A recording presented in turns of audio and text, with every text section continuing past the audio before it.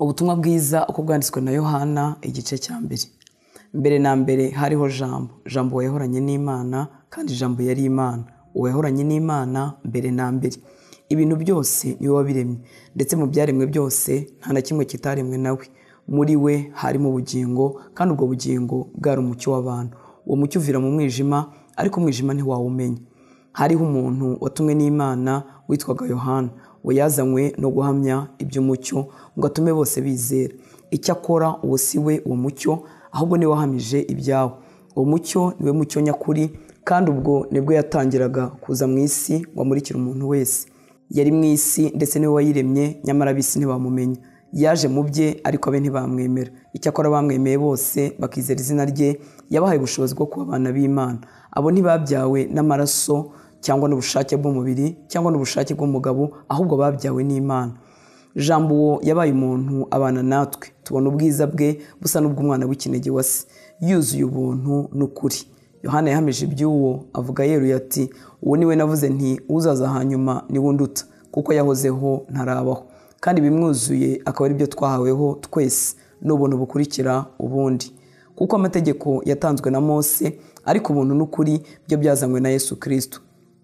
Uhereye kera kose nta muntu wigeze kubona Imana, ahubwo umwana w'ikinege uri mu gituza cya se niwe wayimenyekanishije. Ibi ni byo Yohana yahamije ubwo abayuda bamutumagaho abatambyi n'Abalewi bavanywe i Yerusalemu no kumubaza bati, urinde? Nuko ntiyabahisha ukuri, ahubwo araberurira ati, si njye Kristo. Nuko baramubaza bati, tubwire, uri Eliya?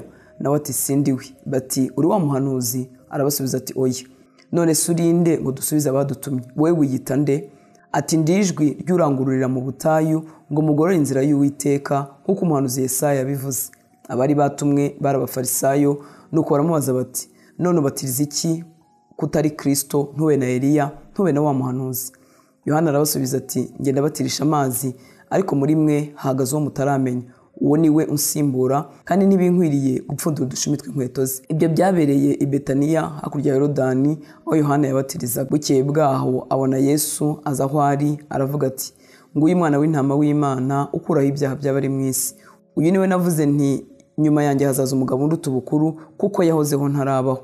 Icyakora sinari muzi, ariko kugira ngo yerekwe Abisiraheli, nicyo cyatumye nza mbatirisha amazi. Kandi Yohana arahamya ati, nabonye umwuka amanuka ava mu ijuru asa n'inuma atinda kuri we. Icyakora sinari muzi, keretse yuko yantumye kubatirisha amazi, yambwiye iti, uzabona umwuka amanukiraho akagwa kuri we, uwo niwe ubatirisha umwuka wera. Nanjye mbibonye mpamya yuko ari umwana w'Imana. Bukeye bwaho Yohana yongera guhagarara n'abigishwa be babiri, yitegereza Yesu agenda, aravuga ati, nguyu umwana w'intama w'Imana. Abigishwa bombi bumvise avuze atyo, bakurikira Yesu. Yesu arahindukira abona bamukurikiye, arababaza ati, murashaka iki? Baramusubiza bati, Rabi, risobanurwa ngo mwigisha. Ucumbitse he? Arababwira ati, nimuze murahabona. Barajyana babona hacumbitse, hari nk'isaha 10, baherako bamarana nawe umwanya burira. Andereya mwene se wa Simoni Petero yari umwe muri abo babiri bumvise Yohana bagakurikira Yesu. Abanza kubona mwene se Simoni, aramubwira ati, twabonye Mesiya, risobanurwa ngo Kristo. Amuzanira Yesu, nawe aramwitegereza, aramubwira ati, uri Simoni mwene Yona, uzitwa Kefa, risobanurwa ngo ibuye. Bukeye bwaho Yesu ashaka kujya i Galilaya, abona Filipo, aramubwira ati, nkurikira. Filipo yari w'i Betsayida, umudugudu w'iwabo wa Andereya na Petero. Filipo abonye Natanayeli, aramubwira ati, uwo munsi yanditse mu mategeko n'abahanuzi bakamwandika, twamubonye, ni Yesu mwene Yosefu w'i Nazareti. Natanayeli aramubaza ati, mbese Nazareti hari ikiza cyahaturuka? Filipo aramusubiza ati, ngwino urebe. Yesu abona Natanayeli aza aho ari, amuvugaho ati, dore Umwisiraheli nyakuri udafite uburiganya. Natanayeli aramubaza ati, wamenyeye he?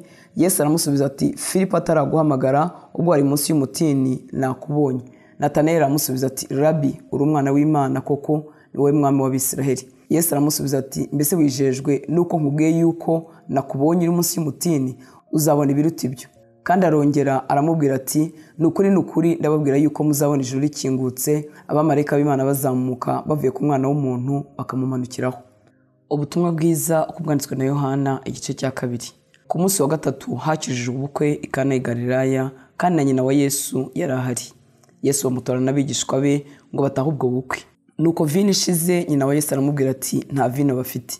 Yesu aramubwira ati mubyeyi tubigendanyemo dute, igihe cyanjye ntikiragera. Nyina abwira abahereza ati icyo ababwira cyose mugikore. Hariho intango 6 zaremwe mu mabuye zashyiriweho kwiyeza nk'uko umugenzo w'abayuda wari uri. Intango yose irimo inshuro 2 cyangwa 3 z'amazi. Yesu arababwira ati mwuzuze intango amazi. Barazuzuza bageza ku ngara. Arababwira ati nimudahe, noneho mushyire umusangwa mukuru. Barayamushyira. Umusangwa mukuru asogongeye amazi ahindutse vino ntiyamenya aho iturutse, kereka babahereza badashya amazi nibo bari babizi. Umusangwa mukuru ahamagara umukwe aramubwira ati abandi bose babanza vino nziza, abantu bamara guhaga bakabona kuzana izitaryoshye, ariko wehoho washyinguye nziza aba arizo uherutse. Icyo ni cyo kimenyetso cya mbere Yesu yakoreye i Kana y'i Galilaya, yerekana icyubahiro cye, abigishwa be baramwizera. Hanyuma y'ibyo aramanuka ajya i Kaperinawumu ari kumwe na nyina na bene se n'abigishwa be, ariko ntibamarayo iminsi myinshi. Pasika y'Abayuda yenda gusohora, Yesu agiye i Yerusalemu. Ageze mu rusengero asangamo abahatundira inka n'intama n'inuma n'abandi bicaye bavunja ifeza. Abohekanya imigozi ayigira nk'ikiboko, bose birukana n'intama n'inka mu rusengero.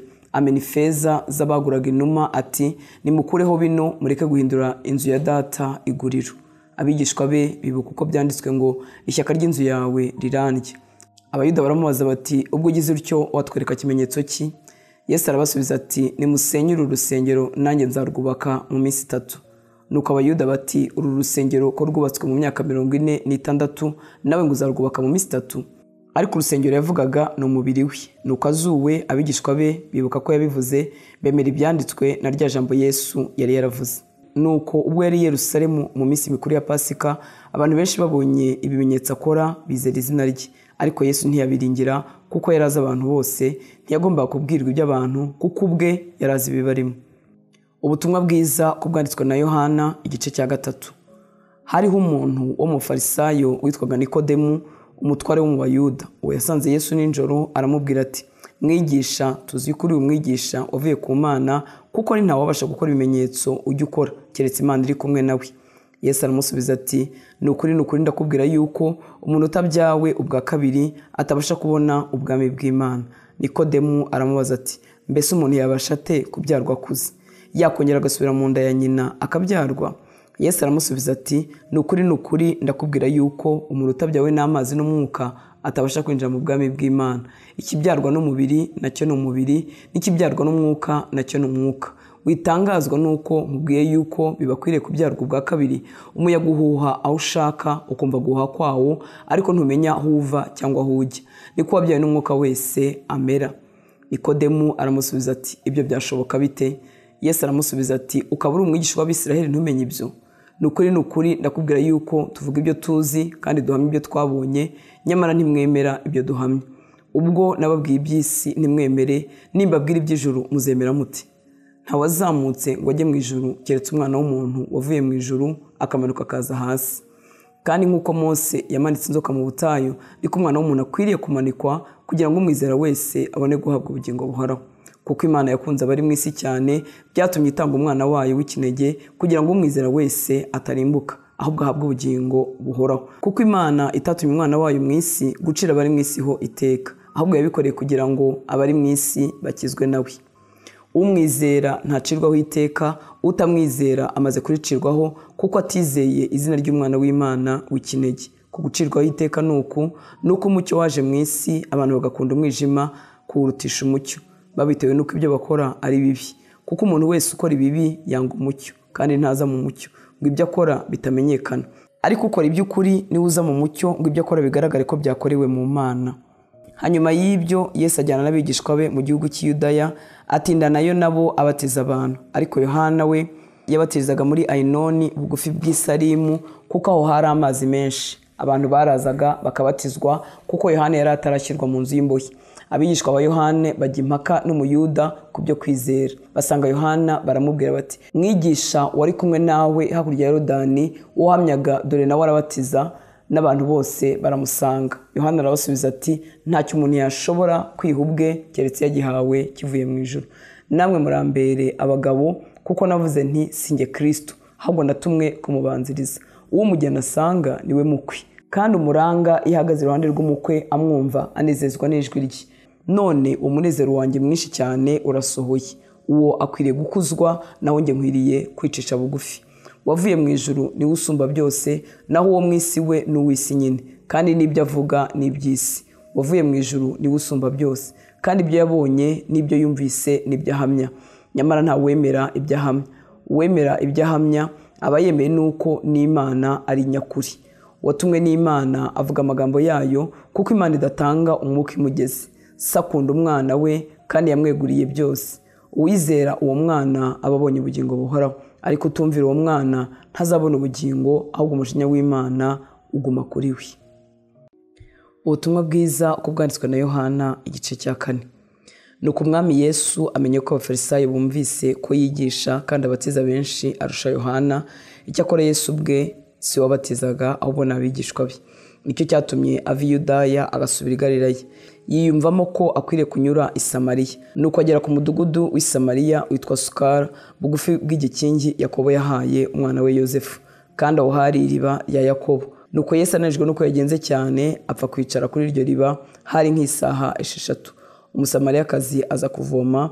Yesu aramubwira ati, "Mutuzi two kunywa," kuko abigishwa be bari bagiye mu mudugudu kugura ibyo kurya. Umusamariyakazi aramusubiza ati, "Kuri Umuyuda nkaba Umusamariyakazi uransaba amazi ute?" Icyatumye abaza atyo nuko Abayuda banenaga Abasamariya. Yesu aramusubiza ati, "Iyo wari uzi impano y'Imana ukamenya no gusabye amazi uwo ari we, nawe umusabye nawe akaguha amazi y'ubugingo." Undi ati, "Databuja, ko udafite icyo uvomesha n'iriba rikaba rirerire, none se ayo mazi y'ubugingo wayakura he? Mbese ye uruta sogokuruza Yakobo wadufukuriye iri riba, kandi akaba yaranywaga amazi yaryo ubwe n'abana be n'amatungo ye?"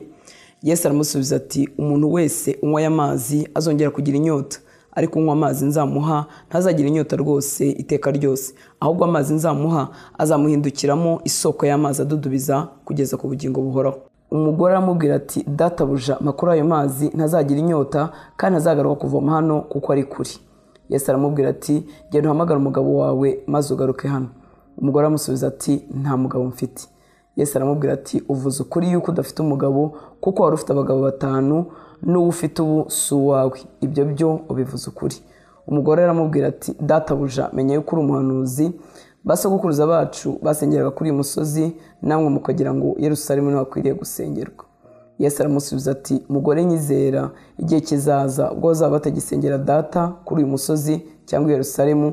Dore mwebweho musenga icyo mutazi, ariko twebweho dusenga ibyo tuzi, kuko agakiza kava mu Bayuda. Ariko igihe kiraje ndetse kirasohoye ubwo abasenga by'ukuri basengera Data mu mwuka no mu kuri, kuko Data ashaka ko bene abo ari bo bamusenga. Imana ni umwuka, n'abayisenga bakwiriye kuyisengera mu mwuka no mu kuri." Umugore aramubwira ati, "Nzi yuko Mesiya azaza, ari we witwa Kristo, kandi ubwo azaza azatubwira byose." Yesu aramubwira ati, "Ni njye tuvugana." Uwo mwanya abigishwa be baraza batangazwa nuko avugana n'uwo mugore, ariko ntihagira umubaza, "Turashaka iki?" cyangwa ati, "Ni iki gitumye uvugana nawe?" Nuko uwo mugore asiga ikibindi cye aragenda ajya mu mudugudu, abwira abantu ati, "Nimuze murebe umuntu bw'ibyo nakoze byose, murebe ahari ko ari Kristo." Bava mu mudugudu ngo baze aho ari. Batarahagera abigishwa be baramwinginga bati, "Mwigisha, akira ufungure." Arababwira ati, "Mfite ibyo kurya mutazi." Abigishwa be barabazanya bati, "Mbese hari uwamuzaniye ibyo kurya?" Yesu arababwira ati, "Ibyo kurya byanjye ni ugukora ibyo wantumye ashaka no kurangiza umurimo we. Mbese ntimuvuga ngo hasigaye amezi 4 isarura rigasohora? Dore ndababwira, nimwubure amaso murebe imirima y'uko imaze kwera ngo isarurwe. Umusaruzi ahabwa ibihembo, ateraniriza imyaka ubugingo buhoraho, ngo umubibyi n'umusaruzi banezeranwe. Kuko iri jambo ari ry'ukuri, ngo habiba umwe hagasarura undi. Nabatumye gusarura ibyo mutahinze, abandi barakoze, namwe mwazunguye umurimo wabo." Nuko benshi mu Basamariya bo muri uwo mudugudu bizera Yesu, kuko bumvise amagambo y'uwo mugore ahamya ati, "Yambwiye ibyo nakoze byose." Nuko Abasamariya bamusanze baramwinginga ngo agumane nabo, asibirayo 2. Hizera abandi benshi baruta aba mbere, kuko bumvise ijambo rye. Maze babwira uwo mugore bati, "None se amagambo yawe yonyine aduteye kwizera, kuko natwe twiyumviye tukamenya ko uyu ari we mukiza w'abari mu isi koko." Iyo minsi 2 ishize avayo ajya i Galilaya, kuko Yesu yahamije yuko umuhanuzi atagira icyubahiro mu gihugu cy'iwabo. Ageze i Galilaya, Abanyagalilaya baramwakira, kuko babonye ibyo yakoreye i Yerusalemu byose mu minsi mikuru, kuko muri iyo minsi nabo bari bagiyeyo. Bukeye yongera ku gikana y'i Galilaya, aho yahinduriye amazi vino, kandi Kaperinawumu hariho umutware w'umwami wari urwaje umwana we w'umuhungu. Yumvise yuko Yesu avuye i Yudaya asohora i Galilaya, aramusanga amwinyegera kumanuka ngo akize umwana we kuko yendaga gupfa. Yesu aramubwira ati, ntimwakwizera keretse mubonye ibimenyetso n'ibitangaza? Uwo mutware amusubiza ati, databuja, manuka akana kanjye katarapfa. Yesu aramubwira ati, genda umwana wawe ni muzima. Uwo munsi yizera iryo jambo Yesu amubwiye, aragenda. Bukeye bwaho akiri mu nzira, abagaragu be baramusanganira baramubwira bati, umwana wawe ni muzima. Babaza igihe yoroherewe, bamusubiza bati, ejo nk'isaha ndwi niho ubuganga bwamuvuyemo. Nuko se amenya yuko ariyo saha Yesu yamubwiriyemo ati, umwana wawe ni muzima. Nuko umutware aramwizera ubwe n'ab'inzu ye bose. Icyo ni cyo kimenyetso cya kabiri Yesu yakoreye i Yudaya ageze i Galilaya. Ubutumwa bwiza uko bwanditswe na Yohana igice cya 5. Hanyuma y'ibyo haba iminsi mikuru y'Abayuda, nuko Yesu ajya i Yerusalemu, kandi Yerusalemu mu bugufi bw'irembo ry'intama hariho ikidendezi mu ruheburayo cyitwa Betesida, cyariho amabaraza 5. Muri ayo mabaraza hari abarwayi benshi, barimo impumyi n'ibirema n'abanyunyutsi. Bari bategereje ko amazi yihinduriza, kuko rimwe na rimwe marayika amanukaga akajya muri icyo kidendezi agahinduriza amazi. Nuko umuntu wabanzaga kujyamo amazi yihindurije niwe wakiraga indwara ye iyo ari yo yose. Hariho umuntu wari ufite indwara ayimaranye imyaka 38. Yesu amubonye aryamye, amenya yuko amaze igihe kirekire arwaye. Aramubaza ati, mbese urashaka gukira? Umurwayi aramusubiza ati, databuja, sifite umuntu njugunya mu kidendezi, iyo amazi yihindurije nkiza undi antanga kumanukamo. Yesu aramubwira ati, byuka wikorere uburiri bwawe ugende. Muri ako kanya uwo muntu arakira, yikorera uburiri bwe aragenda. Ubwo hari ku munsi w'isabato. Nuko Abayuda babwirukijwe bati, uyu munsi ni isabato, kandi amategeko ntiyemera ko wikorera uburiri bwawe. Nawe arabasubiza ati, uwankijije niwe wambwiye ati, ikorera uburiri bwawe ugende. Baramubaza bati, uwo muntu ninde wakubwiye ngo wikorere ugende? Ariko wakijijwe ntiyamenya uwo ari we, kuko Yesu yari yigendeye kandi hari abantu benshi. Hanyuma y'ibyo Yesu amubona mu rusengero, aramubwira ati, dore ubaye muzima, ntukongere gukora icyaha, utazabona ishyano riruta irya mbere. Uwo muntu aragenda abwira Abayuda yuko ari Yesu wamukijije. Nicyo cyatumaga Abayuda bashaka kurenganya Yesu, kuko yakoraga bene nk'ibyo ku isabato. Ariko arabasubiza ati, data arakora kugeza n'ubu, nanjye ndakora. Nicyo cyatumye Abayuda barushaho gushaka kumwica, kuko uretse kuzirura isabato gusa, ahubwo ahora yita n'Imana ko ari se bwite, akigereranya nayo. Yesu arabasubiza ati, ni ukuri ndababwira yuko umwana ari ntacyo abasha gukora ubwe atabonye se agikora, kuko ibyo se akora byose n'umwana ari byo akora. Kuko se akunda umwana we, akamwereka ibyo akora byose, ndetse azamwereka n'imirimo irutiye, kugira ngo mutangare. Nk'uko se azura abapfuye akabaha ubugingo, niko n'umwana aho ubugingo aba ashaka. Kuko ari nta n'umwe data aciraho iteka, ahubwo yabihaye umwana ngo bari buce amateka yose, kugira ngo abantu bose bubahe umwana nk'uko bubaha se. Utubaha umwana ntaba yubashye na se wamutumye. Ni ukuri ndababwira yuko umva ijambo ryanjye akizera uwantumye aba afite ubugingo buhoraho, kandi ntazacirwaho iteka, ahubwo aba avuye mu rupfu ageze mu bugingo. Ni ukuri ndababwira yuko igihe kije ndetse kirasohoye, ubwo abapfa bumva kandi bazumva ijwi ry'umwana w'Imana, n'abaryumvise bazaba bazima. Kuko nk'uko data afite ubugingo muri we, niko yabuhaye umwana ngo abugire nawe, kandi yamuhaye ubutware bwo guca amateka, kuko ari umwana w'umuntu. Ntimutangazwe n'ibyo, kuko igihe kizaza ubwo bari mu bituro bose bazumva ijwi rye, bakavamo abakoze ibyiza bakazukira ubugingo, naho abakoze ibibi bakazukira gucirwaho iteka. Ntacyo mbasha gukora ubwanjye, ahubwo uko numvise niko nca amateka, kandi ayo nca ni ay'ukuri, kuko ntakurikiza ibyo nkunda ubwanjye, ahubwo nkurikiza ibyo wantumye akunda. Nakuhamya ubwanjye, guhamya kwanjye ntikuba ari uk'ukuri, ahubwo hariho undi umpamya, nanjye nzi yuko ibyo mpamya ari iby'ukuri. Mwatumye kuri Yohana, nawe yahamije ukuri. Icyakora sinishingikirije ku buhamya bw'umuntu, ahubwo mbivugira kugira ngo mukizwe. Uwo yari itabaza ryaka rimurika, namwe mwamaze igihe gito mwishimira umucyo we. Ariko mfite ibimpamya biruta ibya Yohana, kuko imirimo data yampaye ngo nyisohoze, iyo mirimo nkora ari impamya ubwayo, yuko data ari we wantumye. Kandi data wantumye nawe yahamije ibyanjye ubwe, ntimwigeze kumva ijwi rye habe no kubona ishusho ye, ndetse nimufite n'ijambo rye riguma muri mwe, kuko we yatumye mutamwizeye. Murondora mu byanditswe kuko mwibwira ko muri byo arimo mufite ubugingo buhoraho, kandi ari byo bimpamya. Nyamara mwanze kuza aho ndi ngo muhabwe ubugingo. Sinshaka ishimwe ry'abantu, ariko mwebwe ndabazi yuko mudakunda Imana mu mitima yanyu. Njye naje mu izina rya Data ntimwanyemera, ariko undi naza mu izina ry'ubwe muzamwemera. Mbese mwabasha mute kwizera kandi mumaranira gushimwa n'abantu mu cyimbo cyo gushaka ishimwe riva ku Mana ubwayo? Mwe gutekereza yuko nzabarega kuri Data, kuko hariho ubarega, ndetse ni Mose uwo mwiringiye. Iyo mwizera Mose, nanjye muba munyizeye, kuko ari ibyanjye yanditse. Ariko se nimutizera ibyo yanditse, noneho n'amagambo yanjye muzayizera muti? Ubutumwa bwiza uko bwanditswe na Yohana igice cya 6. Hanyuma y'ibyo Yesu ajya hakurya y'inyanja y'i Galilaya, ariyo yitwa Tiberiya. Iteraniro ry'abantu benshi riramukurikira, kuko babonye ibimenyetso yakoreye abarwayi. Yesu azamuka umusozi, yicara nayo n'abigishwa be, ubwo Pasika, iminsi mikuru y'Abayuda, yendaga gusohora. Yesu yubura amaso, abonye abantu benshi baza aho ari, abaza Filipo ati, turagura hehe ibyo kurya ngo babone ibyo barya? Icyatumye amubaza atyo, yagira ngo mugerageze, ubwo yarazi icyo ari bukore. Filipo aramusubiza ati, imitima yagurwa idenariyo 200 ntiyabakwira, nubwo umuntu yaryaho gato.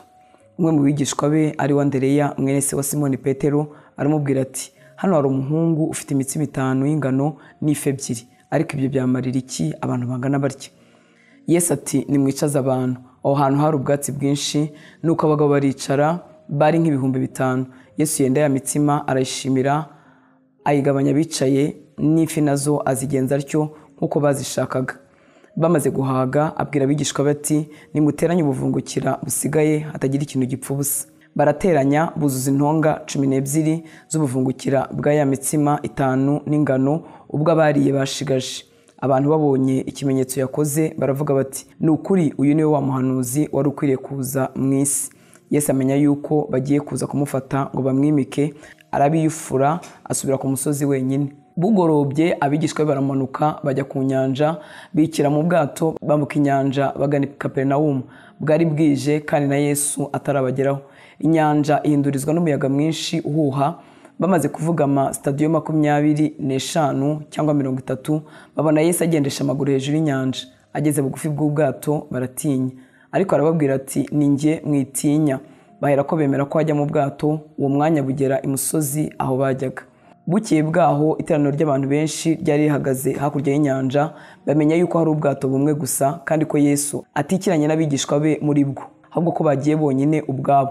Nuko ayandi mato avuye i Tiberiya amaze kwambuka, afata bugufi bw'aho baririye ya mitsima. Umwami Yesu amaze kuyishimira. Nuko abo bantu babonye ko Yesu n'abigishwa be badahari, bikira muri ayo mato ubwabo bajya i Kaperinawumu kumushakirayo. Bamubonye hakurya y'inyanja, baramubaza bati, mwigisha, waje hano ryari? Yesu arabasubiza ati, ni ukuri ndababwira yuko ibimenyetso mwabonye atari byo bituma munshaka, ahubwo ni ya mitsima mwariye mugahaga. Ntimukorere ibyo kurya bishira, ahubwo mukorere ibyo kurya bigumaho kugeza ku bugingo buhoraho, ibyo umwana w'umuntu azabaha, kuko se ari we Mana yamushyizeho ikimenyetso cyayo. Baramubaza bati, tugire dute ngo dukore imirimo y'Imana? Arabasubiza ati, umurimo w'Imana nguyu, nuko mwizera uwo yatumye. Baramubaza bati, urakora ikimenyetso ki ngo tukirebe tukwizere?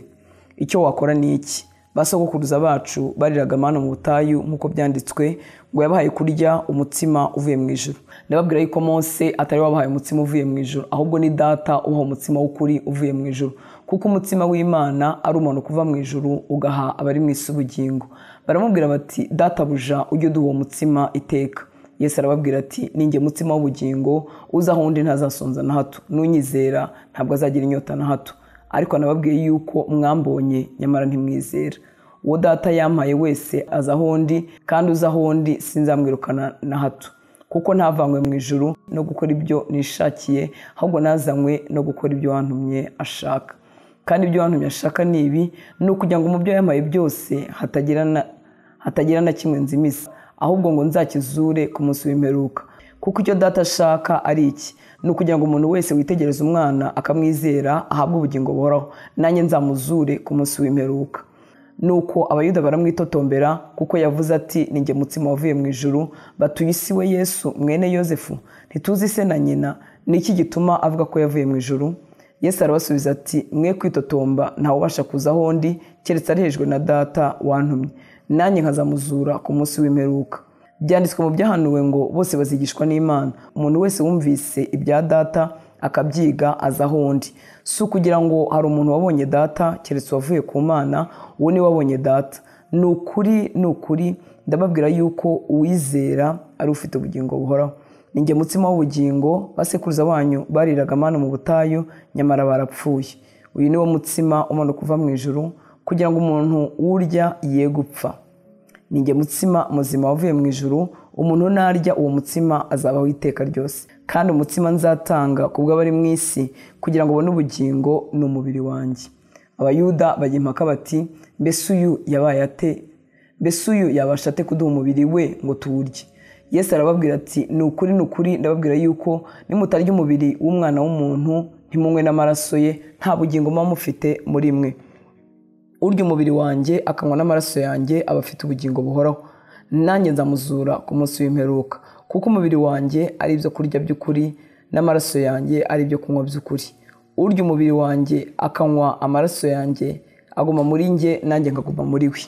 Nk'uko data uhoraho yantumye, nanjye nkaba ndiho ku bwa data, nikundya nawe azabaho ku bwanjye. Uyu ni wo mutsima wavuye mu ijuru, si nk'uwo basekuruza banyu bariye bagapfa, ahubwo urya uyu mutsima azabaho iteka ryose. Ibyo yabivugiye mu isinagogi yigishiriza i Kaperinawumu, nuko benshi mu bigishwa be babyumvise baravuga bati iryo jambo rirakomeye, ushobora kuryihanganira ninde? Yesu amenya mu mutima we yuko abigishwa be babyitotombeye, arabaza ati mbese ibyo bibabereye igisitaza?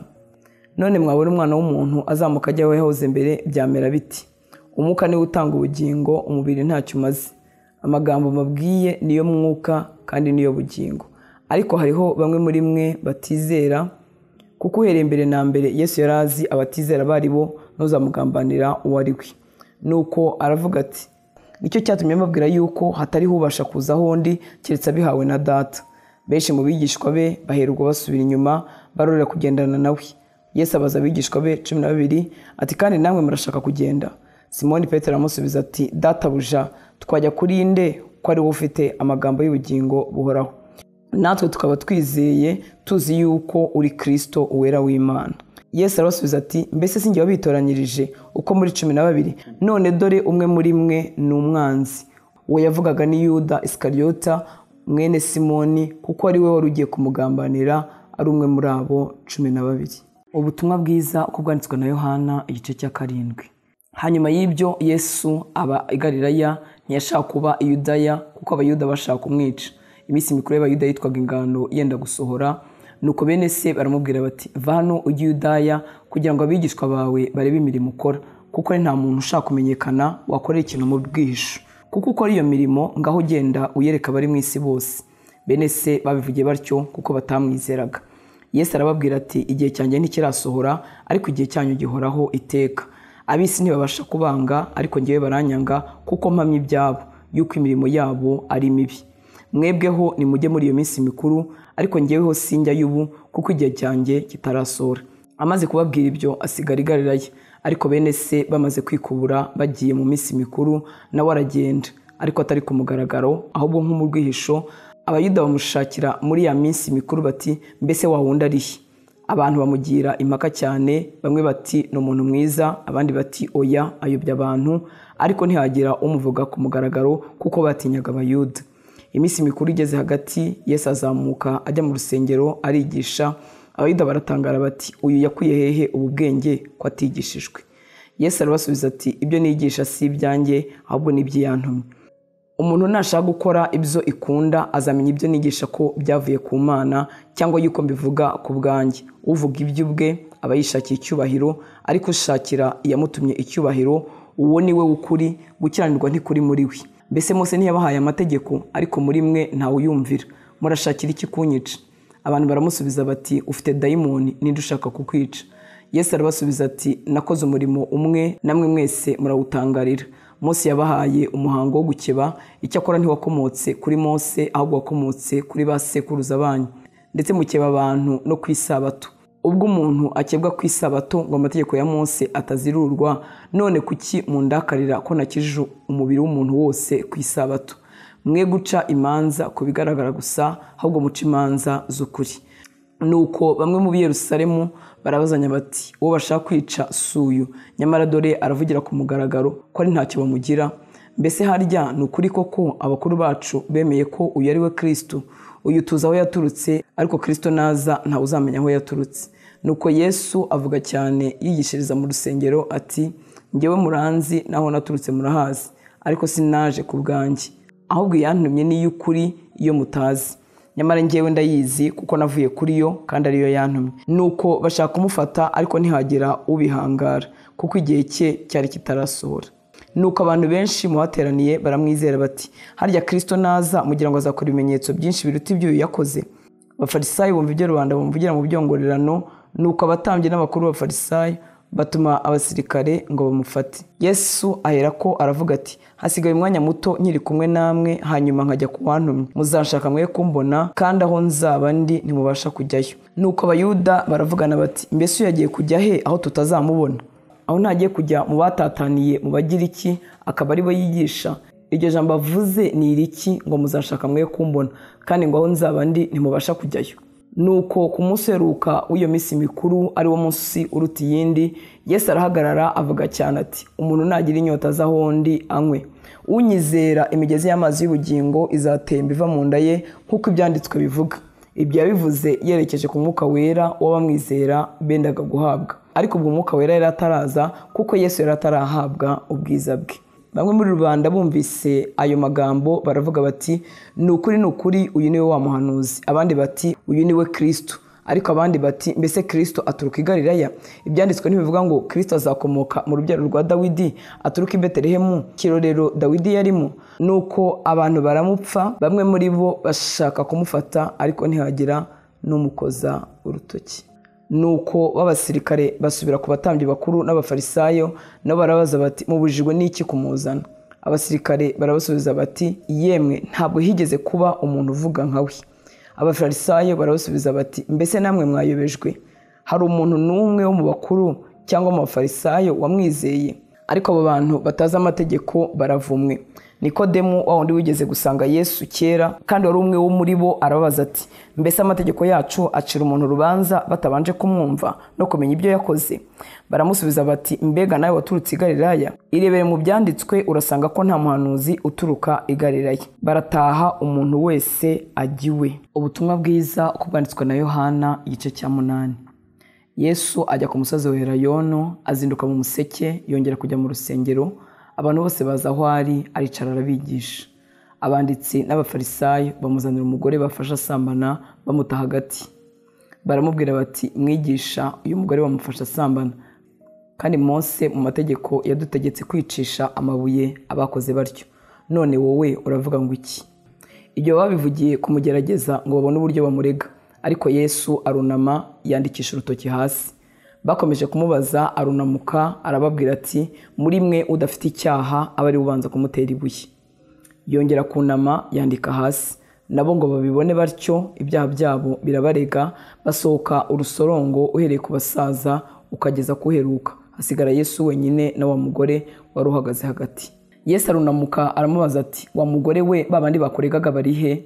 Ntawaguciriyeho iteka? Ati, ntawe databuja.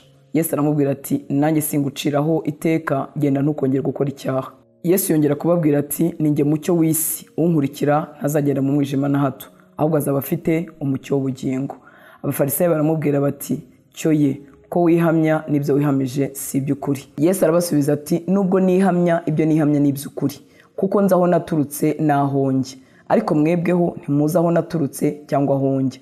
Muca urubanza nk'abantu, ariko njyeweho nta n'umwe ncira urubanza. Ariko naho naca urubanza, urwo naca ruba rw'ukuri, kuko ntari njyenyine, ahubwo ndi kumwe na Data wantumye. Kandi no mu mategeko yanyu handitswe ngo, ibyo abantu babiri bahamya ni iby'ukuri. Ndihamya ubwanjye, na Data wantumye nawe arampamya. Baramusubiza bati, so ari hehe? Yesu arabasubiza ati, ntimunzi, kandi na Data ntimumuzi. Iyo mumenya, na Data muba mumuzi. Ayo magambo yayababwiriye mu ruturiro, ubwo yigishirizaga mu rusengero, nyamara ntihagira umufata kuko igihe cyari kitarasohora. Nuko yongera kubabwira ati, ndagenda kandi muzanshaka, nyamara muzapfana ibyaha byanyu. Aho njya ntimubasha kujyayo. Abayuda barabazanya bati, mbese aziyahura? Kuko yavuze ati, aho njya ntimubasha kujyayo. Arababwira ati, mwebweho mukomoka hasi, njyewe nkomoka hejuru. Mwebwe muri ab'iyi si, ariko njyewe sindi uw'iyi si. Nicyo gitumye mbabwira yuko muzapfana ibyaha byanyu, kuko nimutizera ko ndi we, muzapfana ibyaha byanyu. Baramubaza bati, urinde? Yesu arabasubiza ati, ndi uwo nababwiye bwa mbere. Mfite byinshi byo kubavugaho mbacira urubanza, ariko uwantumye ni uw'ukuri. Nanjye ibyo namwumvanye nibyo mbwira abari mu isi. Ariko bo ntibamenya yuko ababwiye se. Nuko Yesu arababwira ati, ubwo muzamanika Umwana w'umuntu, nibwo bazamenya ko ndi we, kandi ko ari ntacyo nkora ku bwanjye, ahubwo yuko uko Data yanyigishije aba ariko mvuga. Kandi uwantumye turi kumwe ntiyasize njyenyine, kuko nkora ibyo ashima. Avuze atyo abantu benshi baramwizera. Nuko Yesu abwira Abayuda bamwemeye ati, nimuguma mu ijambo ryanjye, muzaba abigishwa banjye nyakuri, namwe muzamenya ukuri, kandi ukuri niko kuzababatura. Baramusubiza bati, ko turi urubyaro rwa Aburahamu, akaba ari ntabwo twigeze na hato kuba imbata z'umuntu wese, none uvugiye iki ngo tuzabaturwa? Yesu arabasubiza ati, ni ukuri ndababwira yuko umuntu wese ukora ibyaha ari imbata y'ibyaha. Imbata ntiba mu rugo iteka, ahubwo mwene nyirarwo niwe urugumamo iteka. Nuko umwana nababatura, muzaba mubatuwe by'ukuri. Nzi yuko muri abuzukuru ba Aburahamu, ariko murashaka kunyica, kuko ijambo ryanjye ridafite umwanya muri mwe. Njyeho ibyo nabonanye Data nibyo mvuga, kandi namwe nuko ibyo mwumvanye so nibyo mukora. Baramusubiza bati, Aburahamu niwe data. Yesu arababwira ati, iyo muba abana ba Aburahamu koko, mukora nk'uko Aburahamu yakoraga. Ariko none dore murashaka kunyica, kandi n'umuntu ubabwira iby'ukuri ibyo numvise ku Mana. Nyamara Aburahamu we ntiyagize atyo. Ibyo mukora ni nk'ibya so. Baramubwira bati, ntituri ibibyarwa, ahubwo dufite Data umwe ari we Mana. Yesu arababwira ati, iyaba Imana yari so muba munkunzi, kuko naje nkomoka ku Mana, sinaje ku bwanjye, ahubwo niyo yantumye. Niki gituma mutamenya imvuga yanjye? Nuko mutabasha kumva ijambo ryanjye. Mukomoka kuri so Satani, kandi byose ararikira nibyo namwe mushaka gukora. Uwo yahereye kera kose ari umwicanyi, kandi ntiyahagaze mu by'ukuri, kuko ukuri kutari muri we. Navuga ibinyoma azavuga iby'ubwe, kuko ari umunyabinyoma, kandi ni se w'ibinyoma. Ariko njyewe kuko mbabwira iby'ukuri ntimunyizera. Ninde muri mwe unshinja icyaha? Ko mvuga ukuri niki gituma mutanyizera? Uw'Imana yumva amagambo y'Imana, mwebwe igituma mutumva nuko mutaraba Imana. Abayuda baramusubiza bati, ntitwavuze neza yuko uri umusamariya kandi ko ufite dayimoni? Yesu arabasubiza ati, simfite dayimoni, ahubwo nubaha Data, ariko mwe muransuzugura. Icyakora njye sinishakira icyubahiro, nyamara hariho ugishaka, kandi niwe uca imanza. Ni ukuri ndababwira yuko umuntu niyumva ijambo ryanjye atazapfa iteka ryose. Abayuda baramusubiza bati, noneho tumenye ko ufite dayimoni. Aburahamu yarapfuye n'abahanuzi, nuko nawe ukavuga ngo umuntu niyumvira ijambo ryawe ntazapfa iteka ryose? Mbese uruta sogokuruza Aburahamu wapfuye n'abahanuzi bapfuye, wibwira ko uri nde? Yesu arabasubiza ati, niba niha icyubahiro, icyo cyubahiro ni icy'ubusa. Umpa icyubahiro ni Data, uwo muvuga ngo ni Imana yanyu. Nyamara ntimumuzi, ariko njye ndamuzi. Kandi navuga yuko ntamuzi, naba ndi umunyabinyoma nkamwe. Ariko ndamuzi, kandi nitondera ijambo rye. Aburahamu sekuruza wanyu yifuje cyane kureba umunsi umwe, kandi awubonye aranezerwa. Abayuda baramubwira bati, kutaramara imyaka 50, Aburahamu wamubonye ute? Yesu arababwira ati, ni ukuri ndababwira yuko Aburahamu ataravuka ndiho. Nuko batora amabuye yo kumutera, ariko Yesu arihisha asohoka mu rusengero. Ubutumwa bwiza uko bwanditswe na Yohana igice cya 9. Akigenda abona umuntu wavutse ari impumyi. Abigishwa be baramubaza bati, mwigisha, ninde wakoze icyaha, n'uyu cyangwa n'ababyeyi be, ko yavutse ari impumyi? Yesu arabasubiza ati, uyu nta cyaha yakoze cyangwa ababyeyi be, ahubwo no kugira ngo imirimo y'Imana yerekanirwe muri we. Nkwiriye gukora imirimo y'uwantumye hakiri ku manywa. Bugiye kwira n'igihe umuntu atakibasha gukora. Nkiri mu isi ndi umucyo w'isi. Amaze kuvuga atyo, acira amacandwe hasi, ayatobesha kondo, akamusiga ku maso. Aramubwira ati, genda wiyuhagire mu kidendezi cy'i Silowamu, asobanurwa ngo yaratumwe. nuko aragenda ariyuhagira agaruka ahumutse. Abaturanyi be n'abamubonaga kera aho arasabiriza barabazanya bati, uyu si we wicaraga asabiriza? Bamwe bati ni we, abandi bati si we, icyakora asa nawe. Nawe arabasubiza ati ni njye. Baramubaza bati, mbese wahumutse ute? Arabasubiza ati, wa muntu witwa Yesu yatobye akondo akansiga ku maso, arambwira ati, Gisilowamu wiyuhagire, nuko ndagenda ndiyuhagira ndahumuka. Baramubaza bati, ari hehe? Ati simbizi. Wari impumyi bamushyira abafarisayo, kandi ubwo hari ku munsi w'isabato, uwo Yesu yatobeyemo akondo akamuhumura. Nuko abafarisayo nabo bongera kumubaza uko yahumutse, arababwira ati, yansize akondo ku maso ndiyuhagira ndahumuka. Bamwe mu bafarisayo baravuga bati, uwo muntu si uw'Imana kuko ataziririza isabato. Abandi bati, umunyabyaha yabasha ate gukora ibimenyetso bingana bityo? Baramupfa. Nuko bongera kubaza uwari impumyi bati, ku bwawe umuvugaho iki ubwo yaguhumuye? Ati ni umuhanuzi. Ariko abayuda ntibemera ko yari impumyi agahumuka, kugeza aho bamariye guhamagara ababyeyi b'uwahumutse. Barabaza bati, uyu ni umwana wanyu, muvuga ko yavutse ari impumyi, none yahumuwe n'iki? Ababyeyi be barabasubiza bati, tuzi yuko uyu ari umwana wacu, kandi yavutse ari impumyi, none arareba, ariko igituma areba ntitukizi, kandi n'uwamuhumuye ntitumuzi. Nimumwibarize, namwe n'umugabo mukuru arivugira. Icyatumye ababyeyi be bavuga batyo nuko batinyaga abayuda, kuko abayuda bari bamaze guhuza inama yuko umuntu wese uzerura Yesu ko ari Kristo acibwa mu isinagogi. Icyo cyatumye ababyeyi be bavuga bati, ni umugabo mukuru, nimumwibarize. Nuko rero uwari impumyi bamuhamagara ubwa kabiri, baramubwira bati, shima Imana, twebwe tuzi yuko uwo muntu ari umunyabyaha. Nawe arabasubiza ati, niba ari umunyabyaha simbizi, icyo nzi ni kimwe, nuko nari impumyi none nkaba ndeba. Baramubaza bati, yakugenje ati? Yaguhumuye ati? Arabasubiza ati, maze kubibabwira ntimwabyumva. Icyo mushakira kubyumva ubwa kabiri ni iki? Mbese namwe murashaka kuba abigishwa be? Baramutuka baramubwira bati, ni wowe mwigishwa we, ariko twebweho turabigishwa ba Mose. Tuzi yuko Imana yavuganye na Mose, ariko umuntu ntituzi aho yaturutse. Arabasubiza ati, iri ni ishyano ko mutazi aho yaturutse, kandi ari we wampumuye. Tuzi yuko Imana itumva abanyabyaha, ariko uyubaha agakora ibyo ishaka, uwo ni we yumva. Uhereye kera kose ntihari haboneka umuntu wahumuye wavutse ari impumyi. Uwo muntu iyo aba atavuye ku Mana ntacyo yabashije gukora. Baramusubiza bati, wowe wavukiye mu byaha bisa, ni wowe utwigisha? Bamusunikira hanze. Yesu yumvise yuko bamusunikiye hanze, aramushaka, amubonye aramubaza ati, mbese wizeye umwana w'Imana? Nawe arabasubiza ati, databuja, ninde nkamwizera? Yesu aramubwira ati, wamubonye kandi niwe muvugana. Nawe aramubwira ati, databuja, ndizeye. Aramupfukamira. Yesu aravuga ati, nazanywe mu isi no guca amateka, ngo abatabona barebe n'ababona bahume.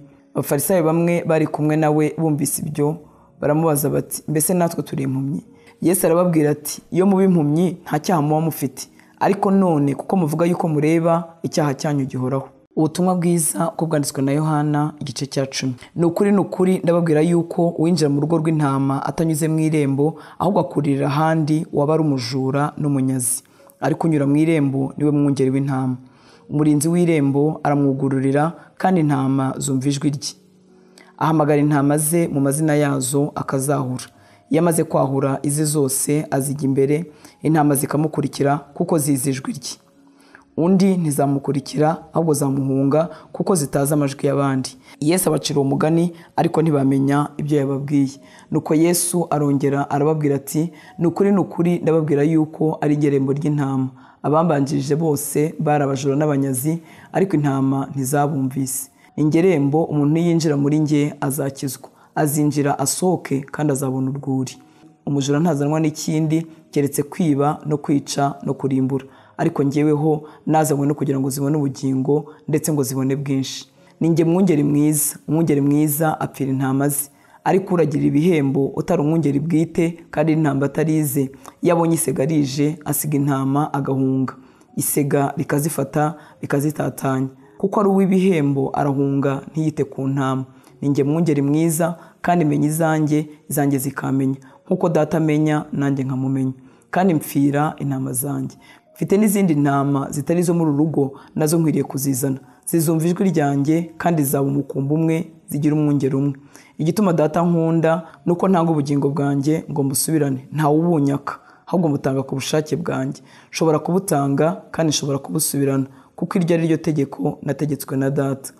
Abayuda bongera kumupfa ku bw'ayo magambo. Benshi muri bo baravuga bati, afite dayimoni kandi yasaze, muramwumvira iki? Abandi bati, ayo magambo si ayitewe na dayimoni, mbese dayimoni yabasha guhumura impumyi?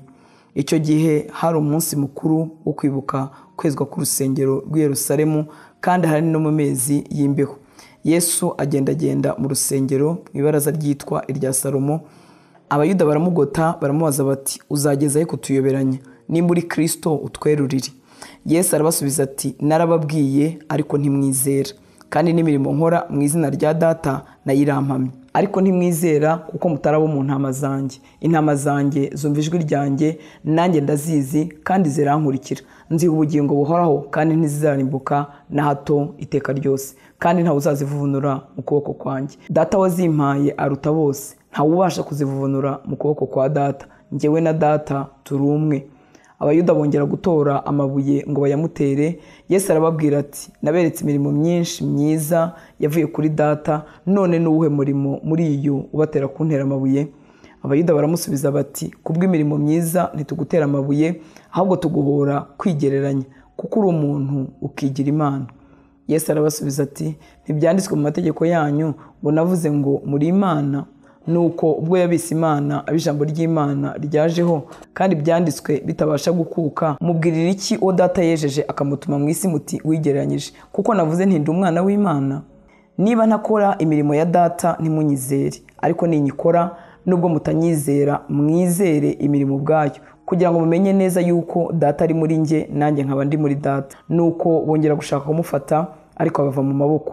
Avayo yongera kujya hakurya ya Yorodani, aho Yohana yabatirizaga bwa mbere, agumayo. Abantu benshi baza aho ari, baravuga bati, Yohana nta kimenyetso yakoze, ariko ibyo Yohana yavuze kuri uyu byari iby'ukuri byose. Benshi bamwizererayo. Ubutumwa bwiza uko bwanditswe na Yohana, igice cya 11. Hariho umuntu wari urwaye witwaga Lazaro w'i Betaniya, ikirorero cy'iwabo wa Mariya na Marita mwene se. Mariya uwo niwe wasize umwami Yesu amavuta ku birenge, akabihanaguza umusatsi we. Umusaza w'uwo ni Lazaro, wa wundi wari urwaye. Nuko bashiki be batuma kuri Yesu bati, databuja uwukunda ararwaye. Yesu abyumvise aravuga ati, iyo ndwara si yo kumwica, ahubwo niyo guhimbarisha Imana no gutuma umwana w'Imana ahimbazwa. Yesu yakundaga Marita na mwene se na Lazaro, nuko yumvise ko arwaye asibira kabiri aho yari ari, maze iyo minsi ishize abwira abigishwa be ati, dusubire i Yudaya. Abigishwa baramubaza bati, mwigisha, amambere abayuda bashatse kuhaguterera amabuye, none usubiyeyo? Yesu arabasubiza ati, mbega umunsi ntugira amasaha 12? Ugenda ku manywa ntasitara kuko haba habona, ariko ugenda nijoro arasitara kuko haba hatabona. Avuze atyo aherako arababwira ati, inshuti yacu Lazaro irasinziriye, ariko ngiye kumukangura. Abigishwa baramubwira bati, databuja niba asinziriye azakira. Nyamara Yesu yavugaga iby'urupfu rwa Lazaro, ariko bo batekereza yuko avuze gusinzira kw'ibitotsi. Yesu niko kuberurira ati, Lazaro yarapfuye, nanjye nezerewe ku bwanyu, kuko ntari mpari kugira ngo noneho mwizere, nimuze tujya aho ari. Toma witwaga Didumu abwira abigishwa be ati, natwe tugende dupfane nawe. Yesu agezeyo asanga Lazaro amaze iminsi 4 mu gituro. Betaniya hari bugufi bw'i Yerusalemu nka stadiyo 15. Nuko abayuda benshi bari baje kwa Marita na Mariya kubahumuriza, kuko musaza wabo yari yarapfuye. Marita yumvise ko Yesu aje, ajya kumusanganira, ariko Mariya asigara yicaye mu nzu. Marita abwira Yesu ati, databuja, iyaba wari hano, musaza wanjye ntaba yarapfuye, kandi n'ubu nzi yuko ibyo usabye Imana byose Imana izabiguha. Yesu aramubwira ati, musaza wawe azazuka. Marita aramubwira ati, nzi yuko azazuka mu muzuko wo ku munsi w'imperuka.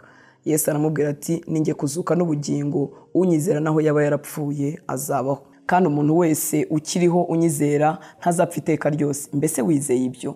Aramusubiza ati, ye databuja, nizeye yuko uri Kristo, umwana w'Imana ukwiriye kuza mu isi.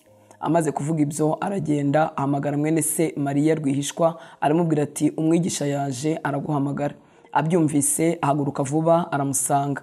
Icyakora Yesu yari atarasohora mu kirorero, ahubwo yari akiri aho Marita yamusanze. Abayuda bari bari kumwe na Mariya mu nzu bamuhoza, babonye uburyo ahagurutse vuba asohoka, baramukurikira. batekereza ko agiye mu gituro kuririrayo. Mariya ageze aho Yesu ari, amubonye yikubita imbere y'ibirenge bye, aramubwira ati, databuja, yaba wari hano, musaza wanjye ntaba yarapfuye. Yesu amubonye arira, n'abayuda bazanye nabo barira, asuhuza umutima, arawuhagarika, arababaza ati, mbese mwamushyize he? Baramusubiza bati, databuja, ngwino urebe. Yesu ararira. Abayuda baravuga bati, dore ye, nimurebe uburyo yamukundaga. Ariko bamwe muri bo baravuga bati, uyu ko ahumura impumyi, ntaba yarabashije kubuza n'uyu ntapfe. Yesu yongera gusuhuza umutima, agera ku gituro, cyari isenga ishyizweho igitare ku munwa. Yesu arababwira ati, nimukureho igitare. Marita mushiki w'uwapfuye aramubwira ati, databuja, none aranuka kuko amaze iminsi ine. Yesu aramubwira ati, sinakubwiye nti niwizera uribona ubwiza bw'Imana? Nuko bakuraho igitare. Yesu arararama aravuga ati, data, ndagushimye kuko unyumvise. Ubwanjye nari nzi ko unyumva iteka, ariko mbivugiye kubw'abantu bangose, ngo bizere yuko ari wowe wantumye. Amaze kuvuga ibyo, arangurura ijwi rirenga ati, Lazaro, sohoka. Uwari upfuye arasohoka, azingazingiwe mu myenda, amaguru n'amaboko, n'igitambaro gipfutse mu maso he. Yesu arababwira ati, nimumuhambure, mumureke agende. Nuko benshi mu Bayuda bari baje kwa Mariya, babonye icyo akoze baramwizera. Ariko abandi muri bo bajya ku bafarisayo, bababwira ibyo Yesu yakoze. Abatambyi bakuru n'abafarisayo bateranya urukiko, barabazanya bati, tugire duti ko uwo muntu akora ibimenyetso byinshi? Nitumurekera dutya, bose bazamwizera, kandi Abaroma bazaza barimbure umurwa wacu n'ubwoko bwacu. Ariko umwe muri bo witwaga Kayafa, wari umutambyi mukuru muri uwo mwaka, arababwira ati, ntacyo muzi. Mbese nimutekereza yuko ari byiza ku bwacu ko umuntu umwe yapfira abantu kuruta ko ubwoko bwose bwarimbuka? Ibyo ntiyabivuze ku bwe, ahubwo kuko yari umutambyi mukuru muri uwo mwaka, yahanuye yuko Yesu yenda gupfira ubwo bwoko. Ariko si ubwo bwoko bwonyine, ahubwo no kugira ngo abana b'Imana batatanye abateranirize hamwe. Bahera uwo munsi bajya inama yo kumwica. Nuko Yesu ntiyaba akigenda mu Bayuda ku mugaragaro, ahubwo avayo ajya mu gihugu kiri bugufi bw'ubutayu, mu mudugudu witwa Efurayimu, agumanayo n'abigishwa be, kuko Pasika y'Abayuda yendaga gusohora. Benshi bava mu gihugu barazamuka bajya i Yerusalemu, Pasika itarasohora ngo biyeze. Bashaka Yesu babazanya, bahagaze mu rusengero bati, mbese mutekereza muti ntaraza hano mu minsi mikuru? Ariko abatambyi bakuru n'abafarisayo bari bategetse yuko umuntu namenya aho ari abibamenyesha, bakamufata.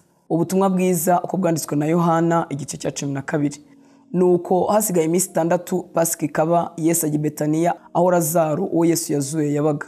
Bamutekerayo ibyo kurya bya nijoro. Marita arahereza, kandi na Lazaro yari umwe mu bicaranye na Yesu basangira. Mariya yenda igice cy'indatira y'amavuta meza nk'amadahano y'agati kitwa narada, y'igiciro cyinshi cyane, ayasiga ku birenge bya Yesu, abihanaguza umusatsi we, inzu yose itamama ayo mavuta. Nuko Yuda Iskariyota, umwe mu bigishwa be wendaga kumugambanira, aravuga ati, ni iki gitumye aya mavuta atagurwa idenariyo 300 ngo bazifashishe abakene? Icyatumye avuga atyo si uko bari abakene, ahubwo nuko yari umujura, kandi ari we wari ufite umufuka w'impiya, akiba ibyo babikagamo. Yesu aravuga ati, nimumureke ayabikira umunsi nzahambwa, kuko abakene muri kumwe n'abiteka, ariko njyeweho ntituri kumwe iteka. Abantu benshi b'Abayuda bamenya ko ahari, baraza. Icyakora si ku bwa Yesu gusa, ahubwo ni ukugira ngo barebe na Lazaro yazuye. Nuko abatambyi bakuru bajya inama yo kwica Lazaro nawe, kuko Abayuda benshi babavagamo ku bwe bakizera Yesu. Bukeye bwaho abantu benshi bari baje Yerusalemu gutegereza iminsi mikuru, bumvise yuko Yesu azayo, benda amashami y'imikindo bajya kumusanganira, batera hejuru bati, Hoziyana, hahirwa uje mu izina ry'Uwiteka, niwe mwami w'Abisiraheli. Yesu abonye icyana cy'indogobe akicaraho, nk'uko byanditswe ngo, witinya mukobwa w'i Siyoni, dore umwami wawe araje, ahetswe n'icyana cy'indogobe. Ibyo abigishwa be ntibamenya bwa mbere, ariko rero Yesu amaze guhabwa ubwiza bwe, nibwo bibutse ibyo ku byanditswe kuri we, kandi ko ariko bamugenjeje. Nuko babantu bari bari kumwe nawe ubwo yahamagaraga Lazaro ngo ave mu gituro, akamuzura, bamubera abahamya. Kandi nicyo cyatumye abantu benshi bajya kumusanganira, kuko bumvise ko yakoze icyo kimenyetso. Nuko abafarisayo baravugana bati, murarora yuko murishywa n'ubusa, dore rubanda rwose ruramukurikiye. Hariho abagiriki mu baje gusenga mu minsi mikuru, basanga Filipo w'i Betsayida na Galilaya, baramwinginga bati, mutware, turashaka kureba Yesu. Filipo araza abibwira Andereya, Andereya na Filipo nabo baraza babibwira Yesu. Yesu arabasubiza ati igihe kirasohoye ngo umwana w'umuntu ahabwe ubwiza bwe. Ni ukuri ndababwira yuko iyo akabuto k'ishaka kataguye hasi ngo gapfe kagumaho konyine, ariko iyo gapfuye kera imbuto nyinshi. Ukunda ubugingo bwe arabubura, ariko uwanga ubugingo bwe muri iyi si azaburinda ageze ku bugingo buhoraho. Umuntu nankorera ankurikire, kuko aho ndi n'umugaragu wanjye ariho azaba. Umuntu nankorera Data azamuha icyubahiro. None umutima wanjye urahagaze, kandi navuga iki? Nti Data nkiza undokora iki gihe, kandi ari byo byanzanye ngo nkigeremo. Data ubahiriza izina ryawe. Nuko ijwi rivugira mu ijuru riti ndaryubahirije, kandi nzongera kuryubahiriza. Abantu bahagaze aho baryumvise baravuga bati ni inkuba, abandi bati ni marayika uvuganye nawe. Yesu arabasubiza ati iryo jwi ntirije ku bwanjye, rije ku bwanyu. Ubu urubanza rw'ab'isi rurasohoye, ubu umutware w'ab'isi abaye igicibwa. Nanjye nimanikwa hejuru y'isi nzireherezaho abantu bose. Ibyo yabivugiye kugaragaza urupfu yendaga gupfa urwo ari rwo. Rubanda baramusubiza bati twumvise mu mategeko ko Kristo azagumaho iteka ryose. None ni iki gitumye uvuga ngo umwana w'umuntu akwiriye kumanikwa? Ese uwo mwana w'umuntu ni nde nyine? Yesu arababwira ati hasigaye umwanya muto, umucyo ukiri muri mwe. Nimugende mugifite umucyo butabiriraho mukiri mu nzira, kuko ugenda mu mwijima atamenya iyo ajya. Mwizere umucyo mugifite umucyo, kugira ngo mube abana b'umucyo. Yesu amaze kuvuga atyo aragenda arabihisha. Nubwo yakoreye ibimenyetso byinshi bingana bityo imbere yabo, ntibamwizeye, kugira ngo ijambo ry'umuhanuzi Yesaya risohore, iryo yavuze ngo mwami ninde wizeye ibyo twumvise, kandi ukuboko k'Uwiteka kwahishuriwe ndi. Nicyo cyatumye badashobora kwizera, kuko Yesaya yongeye kuvuga ati yabahumye amaso ibanangira imitima, ngo be kurebesha amaso no kumenyesha imitima bagahindukira ngo mbakize. Ibyo byavuzwe na Yesaya, kuko yabonye ubwiza bwa Yesu akamuvuga.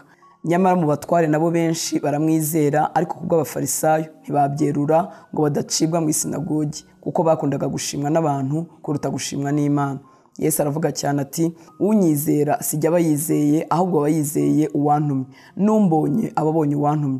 Naje mu isi ndi umucyo, kugira ngo unyizera wese ataguma mu mwijima. Ariko umuntu niyumva amagambo yanjye ntayitondere, sijya umuciriyeho iteka, kuko ntazanywe no gucira abari mu isi w'iteka, ahubwo naje kubakiza. Unyanga ntiyemera amagambo yanjye afite umuciraho iteka. Ijambo navuze niryo rizamuciraho iteka ku munsi w'imperuka. Sinabivuze ku bwanjye, ahubwo Data wantumye niwe wantegetse ibyo nkwiriye kuvuga n'ibyo nkwiriye kwigisha. Nanjye nzi yuko itegeko rye ari ryo bugingo buhoraho, nuko rero ibyo mvuga mbivuga uko Data yabimbwiye. Ubutumwa bwiza uko bwanditswe na Yohana igice cya 13.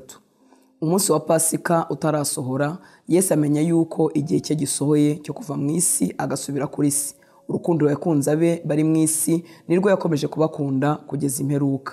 Bakirya ibyo kurya bya nijoro, Satani yari yamaze koshya umutima wa Yuda Isikariota mwene Simoni ngo mugambanire. Yesu amenye ko se amweguriye byose, kandi ko yavuye ku Mana, kandi ko asubira kuri yo. Ahaguruka aho yariraga yibambura umwitero, yenda igitambaro aragikenyera, ahera ko asuka amazi ku mbehe, atangira koza ibirenge by'abigishwa no kubihanaguza igitambaro akenyeje. Nuko yegera Simoni Petero, nawe aramubaza ati Databuja ni wowe unyoza ibirenge? Yesu aramusubiza ati ibyo nkuru ntubizi, ariko uzabimenya hanyuma. Petero aramubwira ati reka ntabwo nzemera na hato ko unyoza ibirenge. Yesu aramusubiza ati ninakoza ntacyo tuzaba duhuriyeho. Simoni Petero aramubwira ati Databuja noneho ntunyoza ibirenge byonyine, ahubwo unyuhagire n'amaboko umese n'umutwe. Yesu aramubwira ati uhagiwe nta kindi agomba keretse koga ibirenge ngo ababoneye rwose. Namwe muraboneye, ariko si mwese. Icyatumye avuga ati nimuboneye mwese, nuko yari azuri umugambaniro uwo ari we. Nuko amaze kuboza ibirenge yambara imyenda ye, arongera aricara arabaza ati aho mumenye icyo mbagiriye? Mugita shobuja n'umwigisha, ibyo mbivuga neza kuko ariko ndi koko. Nuko rero ubwo mbogeje ibirenge kandi ndi shobuja n'umwigisha, niko namwe mukwiriye kubyozanya. Mbahaye icyitegererezo kugira ngo mukore nk'uko mbakoreye. Nukuri ndababwira yuko umugaragu ataruta shebuja, kandi intumwa itaruta uwayitumye. Nimumenye ibyo murahirwa niba mubikora. Simbavuze mwese, kuko nzi abo natoranyije, keretse ko ibyanditswe bikwiriye gusohora ngo urye ibyo kurya byanjye niwe umbangiriye umugeri. Dore ubu mbibabwiye bitari byaba, kugira ngo nibiba muzizere ko ndiwe. Nukuri ndababwira yuko umuntu wese wemeye uwantumye ari njye aba yemeye, kandi unyemera aba yemeye n'uwantumye. Yesu amaze kuvuga atyo ahagarika umutima arahamya ati ni ukuri ndababwira yuko umwe muri mwe ari bungambanire. Abigishwa bararebana kuko batari bazi uwavuze uwo ari we. Hariho umwe mu bigishwa be wari wiseguye igituza cya Yesu bafungura, uwo ni wa wundi Yesu yakundaga. Simoni Petero aramurembuza aramubaza ati umubaze uwavuze uwo ari we. Uwo ahengamira inyuma aho yari ari mu gituza cya Yesu aramubaza ati databuja ninde? Yesu aramusubiza ati uwo ndi bukoze inogo nkayimuha ni wuwo. Nuko akojeje inogo arayenda ayiha Yuda Isikariota mwene Simoni. Hanyuma yo guhabwa iyo nogo nibwo Satani yamwinjiyemo. Nuko Yesu aramubwira ati icyo ukora gikore vuba. Ariko nta n'umwe wo mu bari bicaye basangira nawe wamenye icyatumye amubwira atyo, kuko Yuda yari afite umufuka w'impiya. Nicyo cyatumye bamwe bakeka yuko Yesu yamubwiye ati genda ugure ibyo dushaka kurya ku munsi mukuru, cyangwa ati gira icyuha abakene. Nuko Yuda amaze kwakira inogo, muri ako kanya arasohoka, kandi hari ninjoro. Amaze gusohoka Yesu aravuga ati noneho umwana w'umuntu arubahirijwe, kandi Imana nayo yubahirijwe muri we. Kandi Imana ubwo yubahirijwe muri we, nayo izamwubahiriza muri yo ubwayo, kandi izamwubahiriza vuba. Bana bato ndacyari hamwe namwe umwanya muto. Muzanshaka, kandi uko nabwiye Abayuda nti aho njya ntimubasha kuhajya, namwe niko mbibabwira ubu. Ndabaha itegeko rishya ngo mukundane nk'uko nabakunze, mube ariko namwe mukundana. Ibyo nibyo bose bazabamenyeraho ko muri abigishwa banjye nimukundana. Simoni Petero aramubaza ati databuja urajya he? Yesu aramusubiza ati aho njya ntubasha kunkurikira ubu, ariko uzahankurikira hanyuma. Petero aramusubiza ati databuja icyambuza kugukurikira ubu ni iki? Ko nzanagupfira. Yesu aramusubiza ati uzampfira? Ni ukuri ndakubwira yuko inkoko itaza kubika utaranyihakana gatatu. Ubutumwa bwiza ko bwanditswe na Yohana igice cya 14. Nimuhagarike imitima yanyu, mwizere Imana nanjye munyizere. Mu rugo rwa data harimo amazu menshi, iyaba adahari mba mbibabwiye. Kuko ngiye kubategurira hanyu, kandi ubwo ngiye kubategurira hanyu nzagaruka mbajyane iwanjye, ngo aho ndi namwe muzabeyo, kandi aho njya inzira murayizi. Tom aramubwira ati databuja ntituzi aho ujya, inzira twayibwirwa n'iki? Yesu aramubwira ati ni njye nzira n'ukuri n'ubugingo, ntawe ujya kwa data ntamujyanye. Iyaba mwaramenye muba mwaramenye na data, uhereye none muramuzi kandi mwamurebye. Filipo aramubwira ati databuja twereke data wa twese biraba bihagije.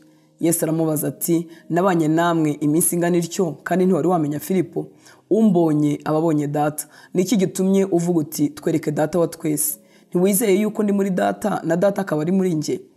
Amagambo mabwira sinyavuga ku bwanjye, ahubwo data uguma muri njye niwe ukora imirimo ye. Nimunyizere mwemere ko ndi muri data na data akaba muri njye. Ariko rero nimutizezwa n'ibyo mvuga, munyizezwe n'imirimo nkora ubwayo. Ni ukuri ndababwira yuko unyizera imirimo nkora nawe azayikora, ndetse azakora niyiruta, kuko njya kwa data. Kandi icyo muzasaba cyose mu izina ryanjye nzagikorera, kugira ngo data yubahirizwe mu mwana we. Nimugira icyo musaba cyose mu izina ryanjye nzagikora. Nimunkunda muzitondera amategeko yanjye, nanjye nzasaba data, nawe azabaha undi mufasha wo kubana namwe ibihe byose. Niwe mwuka w'ukuri. Ntibishoboka ko ab'isi bamuhabwa, kuko batamurora kandi batamuzi, ariko mwebweho muramuzi kuko abana namwe kandi azaba muri mwe. Sinzabasiga nk'imfubyi, ahubwo nzaza aho muri. Hasigaye umwanya muto, ab'isi ntibabe bakimbona, ariko mwebweho muzambona, kuko ndiho namwe muzabaho. Umunsi muzamenya ko ndi muri data, namwe mukaba muri njye, nanjye nkaba muri mwe. Ufite amategeko yanjye akayitondera niwe unkunda, kandi unkunda azakundwa na data, nanjye nzamukunda mwiyereke. Yuda utari Isikariota aramubaza ati databuja bibaye bite ko ugiye kutwiyereka ntiwiyereka ab'isi? Yesu aramusubiza ati umuntu nankunda azitondera ijambo ryanjye, na data azamukunda, tuzaza aho ari tugumane nawe. Ariko utankunda ntiyitondera amagambo yanjye, kandi iryo jambo mwumvise si iryanjye, ahubwo ni irya data wantumye. Ibyo mbibabwiye nkiri kumwe namwe, ariko umufasha ari we Mwuka Wera, uwo data azatuma mu izina ryanjye, niwe uzabigisha byose, abibutsa ibyo nababwiye byose. Mbasigiye amahoro yanjye ndayabahaye. Icyakora simbaha nk'uko ab'isi batanga. Imitima yanyu ntihagarare kandi ntitinye. Mwumvise uko nababwiye nti ndagenda kandi nzagarukaho muri. Yaba mwankundaga mumunejejwe nuko njya kwa data, kuko data nduta. Nuko rero bibabwiye bitaraba, ngubwo bizaba muzizere. Sinyivugana namwe byinshi, kuko umutware w'ab'isi aza kandi ntacyo mfiteho. Ahubwo nkora uko data yantegetse, kugira ngo ab'isi bamenye ko munkunda. nimuhaguruke tuve hano. Ubutumwa bwiza ko bwanditswe na Yohana igice cya 15. Ndi umuzabibu w'ukuri kandi data ni nyirawuhingira. Ishami ryose ryo muri jye ritera imbuto arikuraho, iryera imbuto ryose aryanganyaho amahage yaryo ngo rirusheho kwera imbuto. None mumaze kwezwa n'ijambo nababwiye, mugume muri njye nanjye gume muri mwe. Nk'uko ishami ritabasha kwera imbuto ubwaryo ritagumye mu muzabibu, niko namwe mutabibasha nimutaguma muri njye. Ni njye muzabibu, namwe muri amashami. Uguma muri njye nanjye nkaguma muri we, uwo ni we wera imbuto nyinshi, kuko ari ntacyo mubasha gukora mutamfite. Umuntu utaguma muri njye ajugunywa hanze nk'ishami ryumye, maze bakayateranya bakayajugunya mu muriro agashya. Nimuguma muri njye, amagambo yanjye akaguma muri mwe, musabe icyo mushaka cyose muzagihabwa. Ibyo nibyo byubahisha data, nuko mwera imbuto nyinshi mukaba abigishwa banjye. Uko data yankunze niko nanjye nabakunze, nuko rero mugume mu rukundo rwanjye. Nimwitondera amategeko yanjye muzaguma mu rukundo rwanjye, kuko nanjye nitondeye amategeko ya data nkaguma mu rukundo rwe. Nimwitondera amategeko yanjye muzaguma mu rukundo rwanjye, nkuko nanjye nitondeye amategeko ya data nkaguma mu rukundo rwe. Ibyo mbibabwiriye kugira ngo umunezero wanjye ube muri mwe, kandi n'umunezero wanyu ube wuzuye. Ngiri itegeko ryanjye, mukundane nkuko nabakunze. Ntawe ufite urukundo ruruta urw'umuntu upfira inshuti ze. Muri inshuti zanjye nimukora ibyo mbategeka. Sinkibita abagaragu, kuko umugaragu atazi ibyo shebuja akora, ahubwo mbise inshuti, kuko ibyo numvise kuri data byose bibamenyesheje. Simwe mwantoranije, ahubwo ni njye wabatoranyije, kandi mbashyiraho kugira ngo mugende mwera imbuto, imbuto zanyu zigumeho, kugira ngo icyo muzasaba data cyose mu izina ryanjye akibahe. Ibyo bibategekeye kugira ngo mukundane. Ab'isi nibabanga, mumenye ko babanje kunyanga batarabanga. Iyo muba ab'isi, ab'isi baba babakunze. Ariko kuko mutari ab'isi, ahubwo nabatoranyije mu b'isi, nicyo gituma ab'isi babanga. Mwibuke ijambo nababwiye, ntumugaragu ntaruta shebuja. Niba bandenganyije, namwe bazabarenganya. Niba bitondeye ijambo ryanjye, n'iryanyu naryo bazaryitondera. Ariko ibyo byose bazabibagirira babahora izina ryanjye, kuko batazi uwantumye uwo ari we. Iyaba ntaje ngo mvugane nabo, ntibaba bafite icyaha. Ariko noneho ntibafite uko biregura icyaha cyabo. Unyanga aba yanze na data. Iyaba ntakoreye muri bo imirimo itakozwe n'undi muntu, nta cyaha baba bafite. Ariko noneho barayibonye, nyamara baratwanga njyewe na data. Ariko byabaye bityo kugira ngo ijambo risohore ryanditswe mu mategeko yabo, ngo banyangiye ubusa. Umufasha naza, uwo nzaboherereza ava kuri data, ari we mwuka w'ukuri ukomoka kuri data, azampamya. Kandi namwe muzampamya, kuko uhereye mbere na mbere mwari kumwe nanjye. Ubutumwa bwiza uko bwanditswe na Yohana igice cya 16. Icyo mbabwiriye ibyo ni ukugira ngo hatagira ikibagusha. Bazabaca mu masinagogi, kandi igihe kigiye kuza, uzabica wese azibwira ko akoreye Imana umurimo. Kandi ibyo bazabikora batyo, kuko batamenye data, nanjye ntibamenye. Ariko ibyo mbibabwiriye kugira ngo igihe cyabyo nikigera, muzibuke ko ari njye wabibabwiye. Uhereye mbere na mbere sinabibabwiye, kuko nari nkiri kumwe namwe. Ariko none ndajya kuwantumye, kandi muri mwe ntawumbaza ati urajya he? Ariko kuko mbabwiye ibyo, imitima yanyu yuzuye agahinda. Ariko ndababwira ukuri yuko ikizagira icyo kibamarira ari uko nagenda, kuko nintagenda umufasha atazaza aho muri. Ariko ningenda nzamuboherereza. Ubwo azaza azatsinda ab'isi, abemeza iby'icyaha n'ibyo gukiranuka n'iby'amateka. Iby'icyaha kuko batanyizeye, n'ibyo gukiranuka kuko njya kwa data, kandi namwe muzaba mutakimbona. Ni iby'amateka kuko umutware w'ab'isi aciriweho iteka. Ndacyafite ibyo kubabwira byinshi, ariko ubu ntimubasha kubyihanganira. Uwo mwuka w'ukuri naza, azabiyobora mu kuri kose, kuko atazavuga ku bwe, ahubwo ibyo azumva nibyo azavuga, kandi azababwira ibyenda kubaho. Uwo azanyubahiriza, kuko azenda ku byanjye akabibabwira. Ibyo data afite byose ni ibyanjye, nicyo gitumye mvuga nti azenda ku byanjye abibabwire. Hasigaye igihe gito ntimumbone, maze hazabaho ikindi gihe gito mumbone. Bamwe mu bigishwa be barabazanya bati, ibyo atubwiye ni ibiki? Wasigaye igihe gito ntimumbone, maze hazabaho igihe gito mumbone. Kandi ngo kuko njya kuri data. Kandi bati, ibyo ni ibiki? Ngo igihe gito ntituzi ibyo avuze. Yesu amenye ko bashaka kumubaza, arababaza ati, murabazanya ibyo mbabwiye ibyo, ngo hasigaye igihe gito ntimumbone, maze hazabaho ikindi gihe gito mumbone? Ni ukuri ndababwira yuko mwebweho muzarira mukaboroga, ariko ab'isi bazanezerwa. Mwebweho muzababara, ariko umubabaro wanyu uzahinduka umunezero. Umugore iyo aramukwa arababara, kuko igihe cye gisohoye. Ariko iyo umwana amaze kuvuka, ntaba akibuka kuribwa, kuko anejejwe nuko umuntu avutse mu isi. niko namwe mubabara none, ariko nzongera kubonana namwe, kandi imitima yanyu izanezerwa, n'umunezero wanyu nta muntu uzawubaka. Uwo munsi ntacyo muzambaza, ni ukuri ndababwira yuko icyo muzasaba Data cyose mu izina ryanjye azakibaha. Kugeza none ntacyo mwasabye mu izina ryanjye, musabe muzahabwa, ngo umunezero wanyu ube wuzuye. Ibyo mbibabwiriye mu migani, ariko igihe kizaza sinzavuganira namwe mu migani, ahubwo nzababwira ibya Data neruye. Uwo munsi muzasaba mu izina ryanjye, kandi sinzababwira ko nzabasabira kuri Data, kuko Data nawe abakunda ubwe, kuko mwankunze mukizera yuko navuye ku Mana. Navuye kuri Data nza mu isi, kandi isi ndayivamo nsubire kuri Data.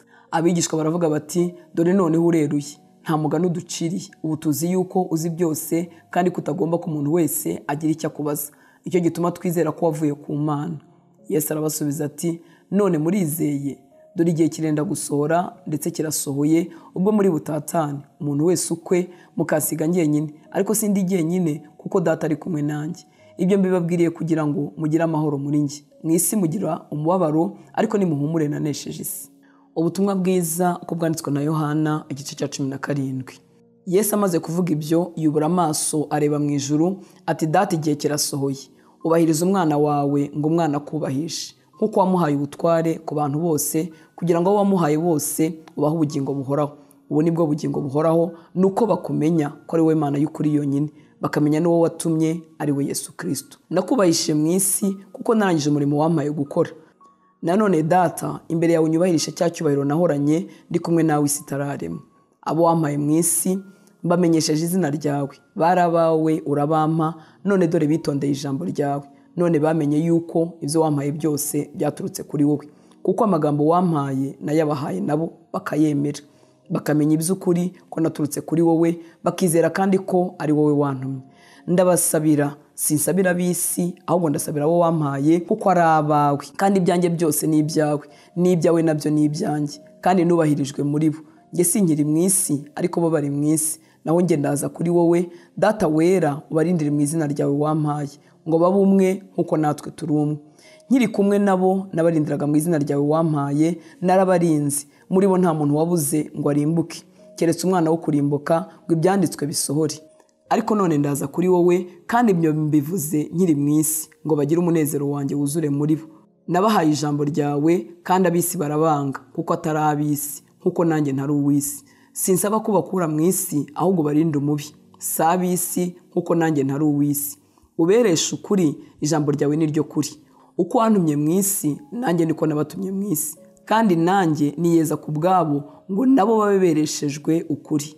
Sinsabira aba bonyine, ahubwo ndasabira n'abazanyizezwa n'ijambo ryabo, ngo bose babe umwe nk'uko uri muri njye Data, nanjye nkaba muri wowe, ngo nabo babe umwe muri twe, ngo ab'isi bizere ko ari wowe wantumye.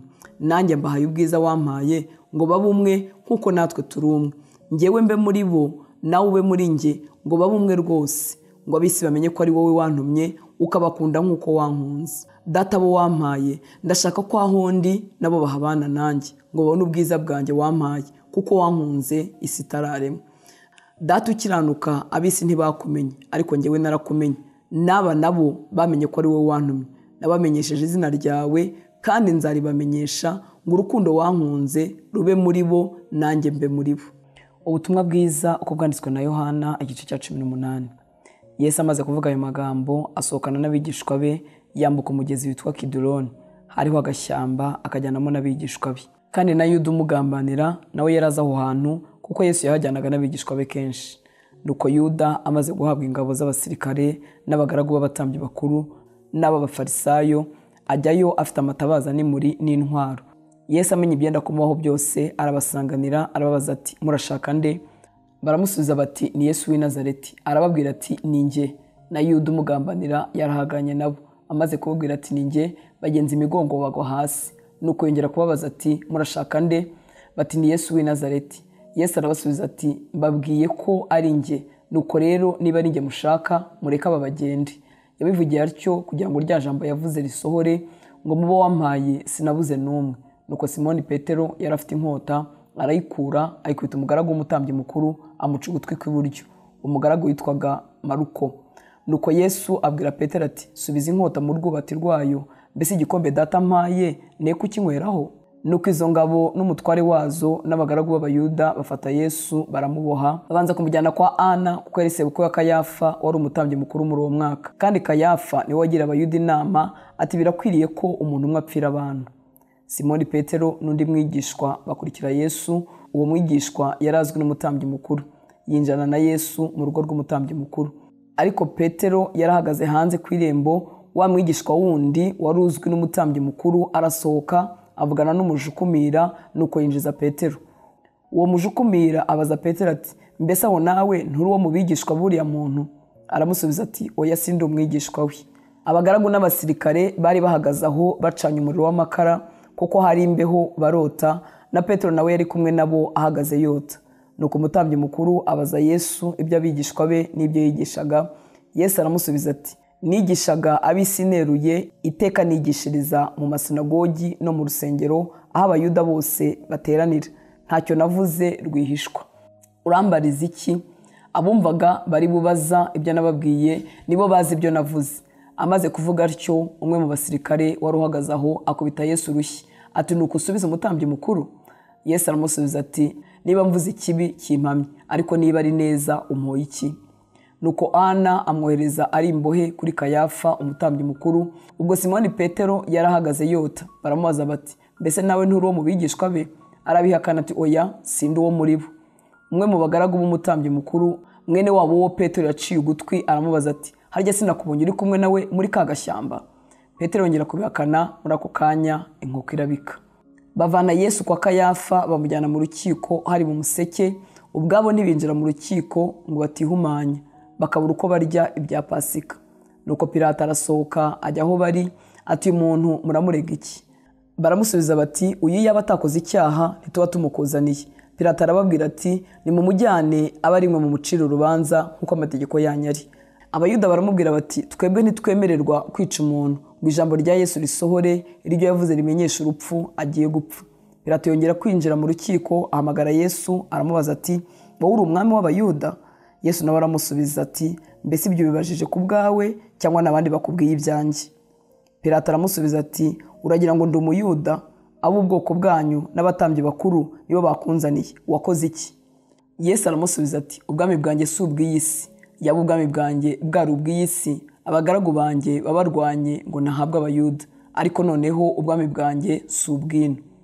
Pilato aramubaza ati noneho ga uri umwami? Yesu aramusubiza ati wakabimenye ko ndi umwami. Iki nicyo navukiye kandi iki nicyo cyanzanye mu isi, ni ukugira ngo mpamye ukuri. Ukuri wese yumva ijwi ryanjye. Pilato aramubaza ati ukuri ni iki?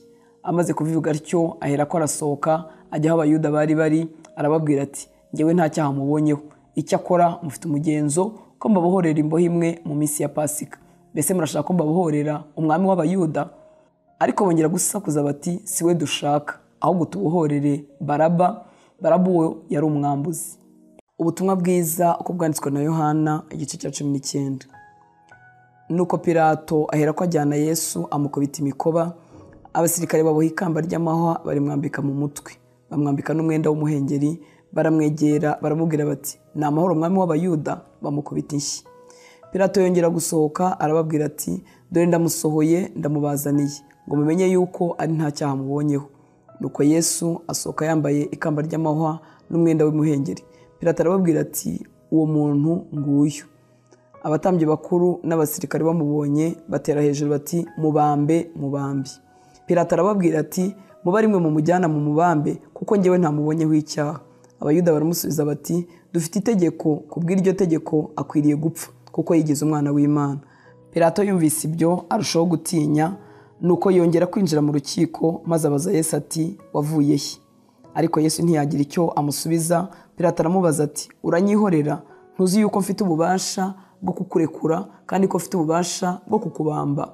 Yesu aramusubiza ati ntiwagira ububasha bwo kugira icyo untwara utabuhawe bivuye mu ijuru. Nicyo gituma ukungabije akurusha icyaha. Uhereye ubwo Pilato ashaka uburyo bwo kumurekura, ariko abayuda batera hejuru bati nurekura uyu uraba utari inshuti ya Kayisari, kuko umuntu wese wigize umwami aba agomeye Kayisari. Nuko Pilato yumvise ibyo asohora Yesu yicara ku ntebe y'imanza ahantu hitwa amabuye yashashwe, mu Ruheburayo hitwa Gabata. ubwo hari ku munsi wo kwitegura ibya Pasika, hari nk'isaha 6. Nuko abwira abayuda ati, nguyu umwami wanyu. Nabo batera hejuru bati, mukureho umubambi. Pilato arababaza ati, mbese mbambe umwami wanyu? Abatambyi bakuru baramusubiza bati, nta mwami dufite keretse Kayisari. Aherako aramubaha ngo abambwe. Nuko bajyana Yesu, asohoka yikorereye umusaraba, agera ahantu hitwa Inyabihanga, mu Ruheburayo hitwa Igorogota. Bamubambanaho n'abandi babiri hirya no hino, Yesu ari hagati. Pilato yandika urwandiko arushyira ku musaraba rwanditsweho ngo, Yesu w'i Nazareti, umwami w'Abayuda. Urwo rwandiko benshi mu Bayuda bararusoma, kuko ahantu babambye Yesu hari bugufi bw'umurwa, kandi rwari rwanditse mu Ruheburayo no mu Ruroma no mu Rugiriki. Nuko abatambyi bakuru b'Abayuda babwira Pilato bati, ntiwandike ngo umwami w'Abayuda, ahubwo wandike uti yiyise umwami w'Abayuda. Pilato arabasubiza ati, icyo nanditse nacyanditse. Nuko abasirikare bamaze kubamba Yesu, bajyana imyambaro ye bayigabanyamo 4, umusirikare wese umugabane we, ariko hasigara ikanzu ye. Iyo kanzu ntiyari ifite umubariro, ahubwo yari iboshywe yose uhereye hejuru ukageza hasi. Nuko baravuga bati, twe kwitanyagura, ahubwo tuyifindire turebe uri bube nyirayo uwo ari we. Bavuze ibyo ngo ibyanditswe bisohore ngo, bagabanya imyenda yanjye kandi bafindira umwambaro wanjye. Nuko abasirikare babigenza batyo. Nyina wa Yesu na nyina wabo na Mariya muka Kilopa na Mariya Magadalena bari bahagaze ku musaraba wa Yesu. Nuko Yesu abonye nyina n'umwigishwa yakundaga ahagaze bugufi, abwira nyina ati, mubyeyi, nguyu umwana wawe. Maze abwira uwo mwigisha ati, nguyu nyoko. Uhereye uwo mwanya uwo mwigishwa amujyana iwe. Hanyuma y'ibyo Yesu amenye yuko noneho byose birangiye, agira ngo ibyanditswe bisohore rwose, niko kuvuga ati, mfite inyota. Hari hateretse ikibindi cyuzuye vino isharira. Nuko benda sipongo yuzuye iyo vino isharira, bayishyira ku rubingo barayimusomesha. Yesu amaze gusoma iyo vino aravuga ati, birarangiye. Acurika umutwe, umutima uraca. Uwo munsi wari uwo kwitegura Pasika, kandi Abayuda ntibashakaga ko imibiri iguma ku musaraba ku isabato, kuko iyo sabato yari umunsi mukuru. Niko gusaba Pilato kubavuna amaguru ngo babamburwe. Abasirikare baraza, babanza kuri umwe bamuvuna amaguru, n'undi wari ubambanywe nawe bamugenza batyo. Ariko bageze kuri Yesu basanga amaze gupfa, ntibamuvuna amaguru. Ariko umwe wo muri bo amucumita icumu mu rubavu, uwo mwanya havamo amaraso n'amazi. Uwabibonye niwe ubihamije, kandi ibyo ahamya ni iby'ukuri, kandi azi ko avuga ukuri, ngo namwe mwizere. Kuko ibyo byabereyeho kugira ngo ibyanditswe bisohore ngo, nta gufwa rye rizavunwa. Byongeye kandi ibindi byanditswe biravuga ngo, bazabona uwo bacumise. Hanyuma y'ibyo haza Yosefu muri Arimataya, nawe yari umwigishwa wa Yesu, ariko rwihishwa, kuko yatinyaga Abayuda. Uwajya kwa Pilato amwaka intumbi ya Yesu ngo ayikureho. Pilato aramwemerera, araza akuraho intumbi ya Yesu. Na Nikodemu wa wundi wigeze kumusanga nijoro, cyagihe araza azanye ishangi ivanze n'umusaga. Kuremera kwayo kwari nk'ibiro 50. Bajyana intumbi ya Yesu bayizingira mu myenda y'ibitare hamwe n'iyo mibavu, nk'uko Abayuda bagenzaga bahamba. Aho hantu yabambwe hari agashyamba, kandi muri ako gashyamba hari imva nshya itarahambwamo umuntu. Aho niho bahambye Yesu, kuko hari umunsi wo kwitegura kw'Abayuda, kandi iyo mva yari iri hafi. Ubutumwa bwiza uko bwanditswe na Yohana, igice cya 20. Ku wa mbere w'iminsi 7 mu rubungabungo hatarabona, Mariya Magadalena aza ku gituro, asanga igitare gikuwe ku gituro. Arirukanka asanga Simoni Petero na wa mwigishwa wundi Yesu yakundaga, arababwira ati, bakuye umwami Yesu mu gituro, kandi ntituzi aho bamushyize. Petero asohokana na wa mwigishwa wundi bajya ku gituro. Bombi birukira icyarimwe, ariko uwo mwigishwa asiga Petero, aba ari ubanza kugera ku gituro. Arunama arungurukamo, abona imyenda y'ibitare ishyizwe hasi, ariko ntiyinjiramo. Maze Simoni Petero nawe azamukurikiye, yinjira mu gituro, abona imyenda y'ibitare ishyizwe hasi, n'igitambaro cyari mu mutwe we kidashyizwe hamwe n'imyenda y'ibitare, ahubwo cyari kizinze kiri ukwacyo hirya. Nicyo cyatumye na wa mwigishwa wundi wabanje kugera ku gituro nawe yinjira. Abibonye yizera ibyo yabwiwe na wa mugore, kuko bari bataramenya ibyanditswe ko akwiriye kuzuka. Maze abigishwa be basubirayo bajya iwabo. Ariko Mariya yarahagaze ku gituro arira. Akirira arunama arunguruka mu gituro, abona abamarayika 2 bambaye imyenda yera, bicaye umwe ku musego n'undi ku mirambizo, aho intumbi ya Yesu yari yarashyizwe. Baramubaza bati, mugore, urarizwa n'iki? Arabasubiza ati, nuko bakuyemo umwami wanjye, nanjye sinzi aho bamushyize. Amaze kuvuga atyo arakebuka, abona Yesu ahagaze, ariko ntiyamenya ko ari we. Yesu aramubaza ati, mugore urarizwa n'iki? Urashaka nde? Yibwira ko ari umurinzi w'agashyamba, aramubwira ati, mutware, niba ari wowe umujyanye ahandi mbwira aho umushyize nanjye mukureyo. Yesu aramubwira ati, Mariya. Arahindukira amwitaba mu ruheburayo ati, Rabuni, risobanurwa ngo databuja. Yesu aramubwira ati, ntunkoreho kuko ntarazamuka ngo njye kwa data, ahubwo njye kubwira bene data yuko nzamutse ngiye kwa data ari we so, kandi ku Mana yanjye ariyo Mana yanyu. Mariya Magadalena aragenda abarira abigishwa inkuru ati, nabonye umwami, kandi abatekerereza ibyo yamubwiye. Nuko kuri uwo munsi bugorobye, ari wo wa mbere w'iminsi 7, abigishwa bari bateraniye mu nzu, inzugi zikinze kuko batinyaga Abayuda. Yesu araza ahagarara hagati yabo, arababwira ati, amahoro abe muri mwe. Amaze kuvuga atyo, abereka ibiganza bye n'urubavu rwe. Abigishwa babonye umwami baranezerwa. Yesu yongera kubabwira ati, amahoro abe muri mwe. Uko data yantumye niko nanjye mbatumye. Amaze kuvuga atyo, abahumekeraho ati, nimwakire umwuka wera. Abo muzababarira ibyaha bose bazaba babibabariwe, abo mutazabibabarira bose bazaba batabibabariwe. Ariko Toma, umwe muri abo 12 witwaga Didumu, ntiyari kumwe nabo ubwo Yesu yazaga. Nicyo cyatumye abandi bigishwa bamubwira bati, tubonye umwami. Nawe arabasubiza ati, nintabona inkovu z'imbereri mu biganza bye ngo nzishyire mu rutoki rwanjye, sinshyire n'ikiganza cyanjye mu rubavu rwe, sinzemera. Nuko iminsi 8 ishize, abigishwa bongera guterana mu nzu nka mbere, na Toma ari kumwe nabo. Yesu araza abahagarara hagati, kandi inzugi zari zigikinze. Arababwira ati, amahoro abe muri mwe. Maze abwira Toma ati, zana hano urutoki rwawe urebe ibiganza byanjye, kandi uzane n'ikiganza cyawe ugishyire mu rubavu rwanjye, kandi we kuba utizera ahubwo wizeye. Toma aramusubiza ati, mwami wanjye kandi Mana yanjye. Yesu aramubwira ati, wijejwe nuko umbonye, hahirwa abizeye batambonye. Hariho n'ibindi bimenyetso byinshi Yesu yakoreye imbere y'abigishwa bitanditswe muri iki gitabo. Ariko ibi byandikiwe kugira ngo mwizere yuko Yesu ari Kristo, umwana w'Imana, kandi ngo nimwizera muherwe ubugingo mu izina rye. Ubutumwa bwiza uko bwanditswe na Yohana, igice cya 21. Hanyuma y'ibyo Yesu yongera kwiyereka abigishwa be ku nyanja ya Tiberiya, yiyerekana atya. Simoni Petero na Toma witwa Didumu na Natanayeli w'i Kana y'i Galilaya na bene Zebedayo n'abandi bigishwa 2 bari kumwe. Nuko Simoni Petero arababwira ati, ngiye kuroba. Baramubwira bati, natwe turajyana nawe. Barahaguruka bikira mu bwato, ariko bakesha iryo joro ari ntacyo bafashe. Umuseke umaze gutambika, Yesu ahagarara mu kibaya cy'inyanja, ariko abigishwa ntibamenya ko ari we. Yesu arababaza ati, yemwe bana banjye, mufite icyo kurya? Baramusubiza bati, ntacyo. Arababwira ati, nimujugunye urushundura iburyo bw'ubwato murafata. Nuko bararujugunya, ntibaba bakibasha kurukurura kuko ifi zari nyinshi.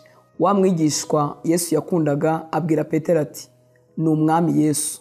Nuko Simoni Petero yumvise ko ari umwami, akenyera umwenda kuko yari yambaye ubusa, yiroha mu nyanja. Ariko abandi bigishwa baza mu bwato bakurura urushundura rurimo ifi, kuko batari kure y'inkombe, ahubwo bari nka mikono 200. Bomotse imusozi babona umuriro w'amakara n'ifi zokejeho n'umutsima. Yesu arababwira ati, nimuzane ku ifi mumaze gufata. Simoni Petero yikira mu bwato, akurura urushundura imusozi rwuzuye ifi nini 153. Ariko nubwo zari nyinshi zityo, urushundura ntirwacitse. Yesu arababwira ati, imuze murye. Ntihagira n'umwe wo muri abo bigishwa be utegeka kumubaza turinde, kuko bari bazi ko ari umwami.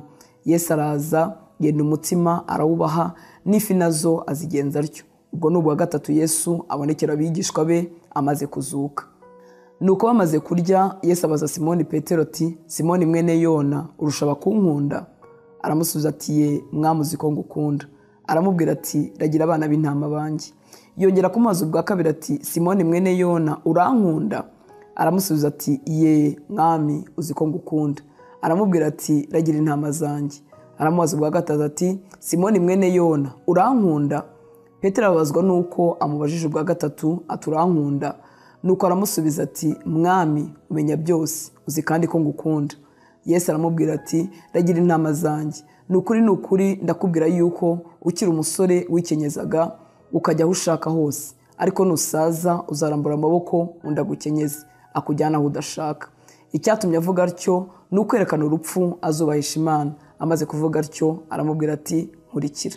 Petero arakebuka abona umwigishwa Yesu yakundaga nawe abakurikiye, ari we wariseguye igituza cya Yesu basangira nijoro, akamubaza ati databuja ninde ugiye kukugambanira?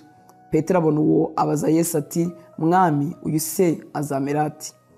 Yesu aramusubiza ati niba nshaka ko agumaho kugeza aho nzazira upfa iki? Nkurikira. Nicyo cyatumye iryo jambo ryamamara muri bene data ngo uwo mwigishwa ntazapfa. Ariko Yesu ntiyabwiye Petero yuko atazapfa, ahubwo yaramubwiye ngo niba ushaka ko agumaho kugeza aho nzazira upfa iki? Uyu ni wo wamwigishwa uhamya ibyo, ni nawe wabyanditse, kandi tuzi yuko ibyo ahamya ari iby'ukuri. Ariko hariho n'ibindi byinshi Yesu yakoze byakwandikwa byose, ngira ngo ibitabo byakwandikwa ntibyakwirwa mu isi.